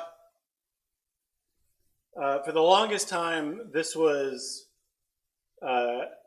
hanging on my mantle, and then I put the chalkboard down there. But this was in reference to that story, if you ever saw it. I know, I always really liked it.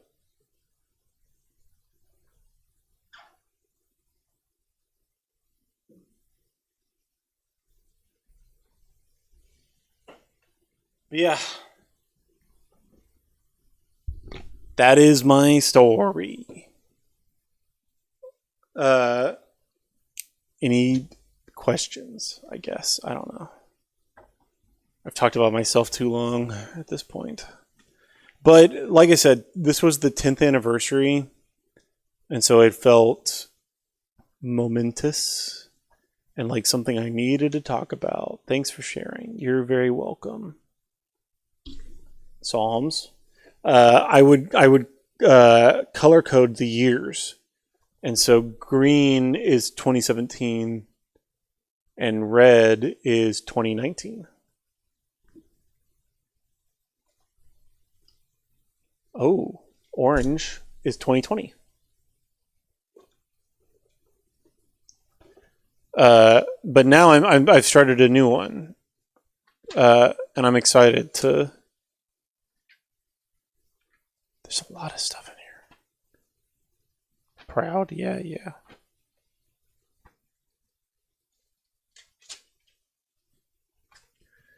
Okay. I said before that we were going to play maybe Elden Ring How do you approach studying your Bible in this way to where it doesn't feel so much like typical quiet time? Yes, thank you for sharing. I don't know. I think sometimes you just got to do typical quiet time. I think typical quiet time is overrated. I think it is one of the less important aspects of keeping up like a healthy relationship with God and with other Christians. I think the most important thing that you can do in your Christian walk, what even is a typical quiet time? I think the most important thing you can do in your Christian walk is be an active part of a Christian community. And I feel like that is also just the way that Christianity has worked historically. Like for the vast majority of Christian history, Christians have not had the Bible. Christians have had community with each other and had people in that community who knew the Bible. Like most churches, like probably never even saw pieces of the Bible, even copies of it. And so for the vast majority of Christian history, the Bible was not the primary way that you engaged with your walk with Jesus. It was through the community of other Christian followers. So I would say that's the most important, and that if you never had a quiet time again in your life, then you wouldn't. And so I have found that taking the pressure off of myself of like needing to do a quiet time or like needing to get something out of a quiet time has helped me force it less and have more meaningful quiet times. I think you're right with a historical angle, but don't give me a wise son reason to slack on reading. Yeah, for sure. I think that the most important aspect of your Christian walk is being part of Christian community. I think that the second most important aspect of your Christian walk is understanding why you are a part of that Christian community and why that Christian community behaves in the way that it does. Which means going to scripture, but also going to like tradition and Christian history and seeing the meaning behind why we do what we do and the ethics and the morality behind why we do what we do. And so reading scripture to me is reinforcing, like, I missed a workday at Sojourn and I feel bad about that. And I think that I should have gone. I think that I should have made myself go. And I think that would have been great to do. I have that understanding of I should have gone there and it would have been good for me to have gone there and I should have gone there. Or I guess I said that twice. I have that understanding because I have studied the Bible so much and seen the ideas of self-sacrificial discipline espoused in the teachings of Jesus, self-sacrificial discipline in love espoused in the teachings of Jesus so much, and seen and felt those resonate with not just like my heart and my mind, but like my spirit, that it makes me feel like I should have gone, and it will make me more likely to go in the future. And so I think that's what a quiet time should be, is you should go into a quiet time understanding, how does this help me understand and do my Christian walk more effectively? But I also like the Bible is infinitely complex. And so, quiet time for me doesn't even have to be like sitting down and like reading the words. It can be reading a commentary or reading like an exegetical Christian like theological book or something, or watching Bible Project videos, or watching like a Bible Project classroom. And a lot of times like I can do that like at work, like in the background, you know what I mean? Like it doesn't have to be as intentional as like every morning at 6 o'clock, I'm going to wake up and I'm going to read 2 chapters, and you know, like it just doesn't have to be that. If you need it to be that in order to do it at all, then sure, go ahead, go for it. But I think imposing that on other people just makes them less likely to do it and more likely to lie and say that they did it when they didn't. because I did that a lot too as a baby Christian. Yeah, I had my quiet time. Of course, I read the Bible, and then I hadn't touched it in like 4 weeks. I haven't. I like the last time I went through a period of my life where I was like, I need to get up and diligently read the Bible was like these times. Was like 20. Probably the last time was like 2018, 19, or 2020, somewhere in there. And then I just haven't ever felt like I need to be serious about reading the Bible, just because I'm constantly being in Christian community makes me want to talk about the Bible more. I also like I have taught a lot in the last several years, and so because I'm preparing for a lesson and in the Bible, trying to understand the Bible more complicatedly, and so that I think that counts as quiet time as well. Does that answer your question? Approach studying your Bible in this way where it doesn't feel so much like the typical quiet time. Yeah, I think just breaking out of the like, I have to wake up at 6 a.m. and read 2 chapters. I think that'll already kind of make it not feel like a quiet time, but really like learning, like reading the Bible like alongside a commentary, or reading like Pete Enns has a really great book on universalism, and going through that book and then going and reading like the passages of scripture that he's talking about is a great way. Like that's quiet time, like just as meaningfully as waking up and having my cup of coffee or whatever. Wanted to get in a routine, but I've always been bad at it because it didn't feel quite genuine. You know what the best way that has always made me stick to a routine is social pressure. That's why we talked before about like maybe doing something, and then I meant to come back and talk to y'all again about that, and I haven't. But because I need like the social pressure of like, I have to be ready to talk about this in an intelligent way by next Tuesday, and so that means that I have to read this many chapters before then. Social pressure is a great way to make yourself stay on routine.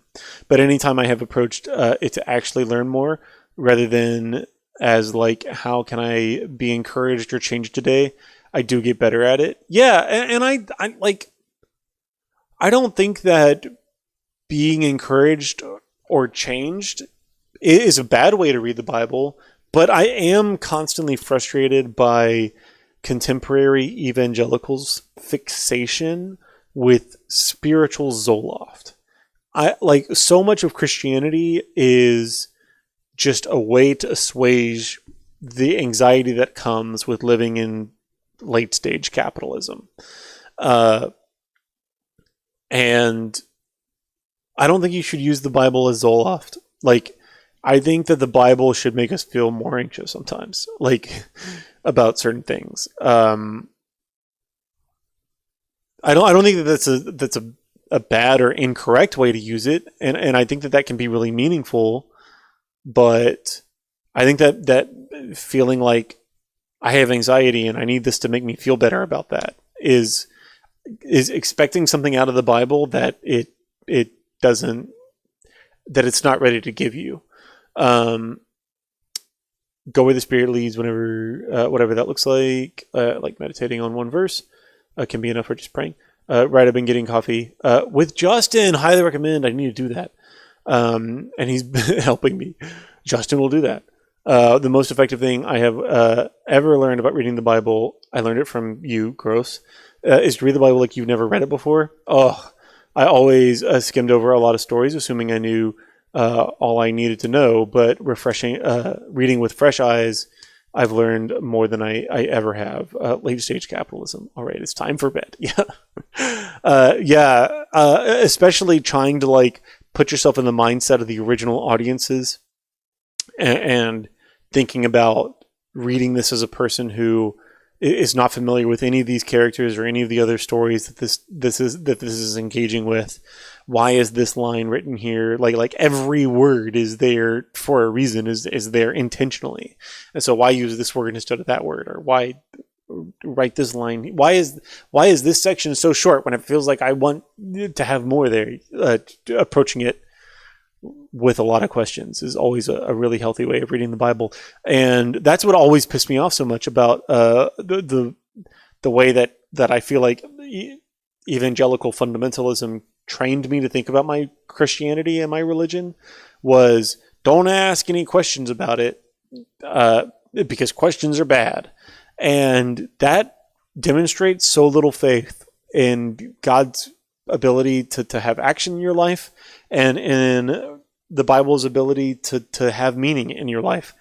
If asking some questions about it is going to break it to the point where, oh no, it's broken now, maybe it wasn't valuable enough to make an integral part of my life in the first place. The Bible not only wants you to ask questions, the Bible wants you to play rough with it. Like try to break it. I dare you, and you won't. You might break some of the ideology that you had already espoused, but I don't think that you can break the Bible. Feels like a renewal small group. Gross. Don't make me sad, Will. I wish I could heart these comments. Loving all the discourse.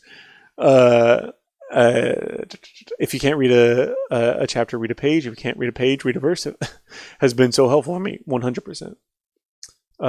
Truth can definitely hold up to scrutiny. 100%. Don't say gross. This has been great, buddies. Thank you so much for... why is Arminianism wrong? Do we really want to get into the Calvinism-Arminianism debate? The real truth is neither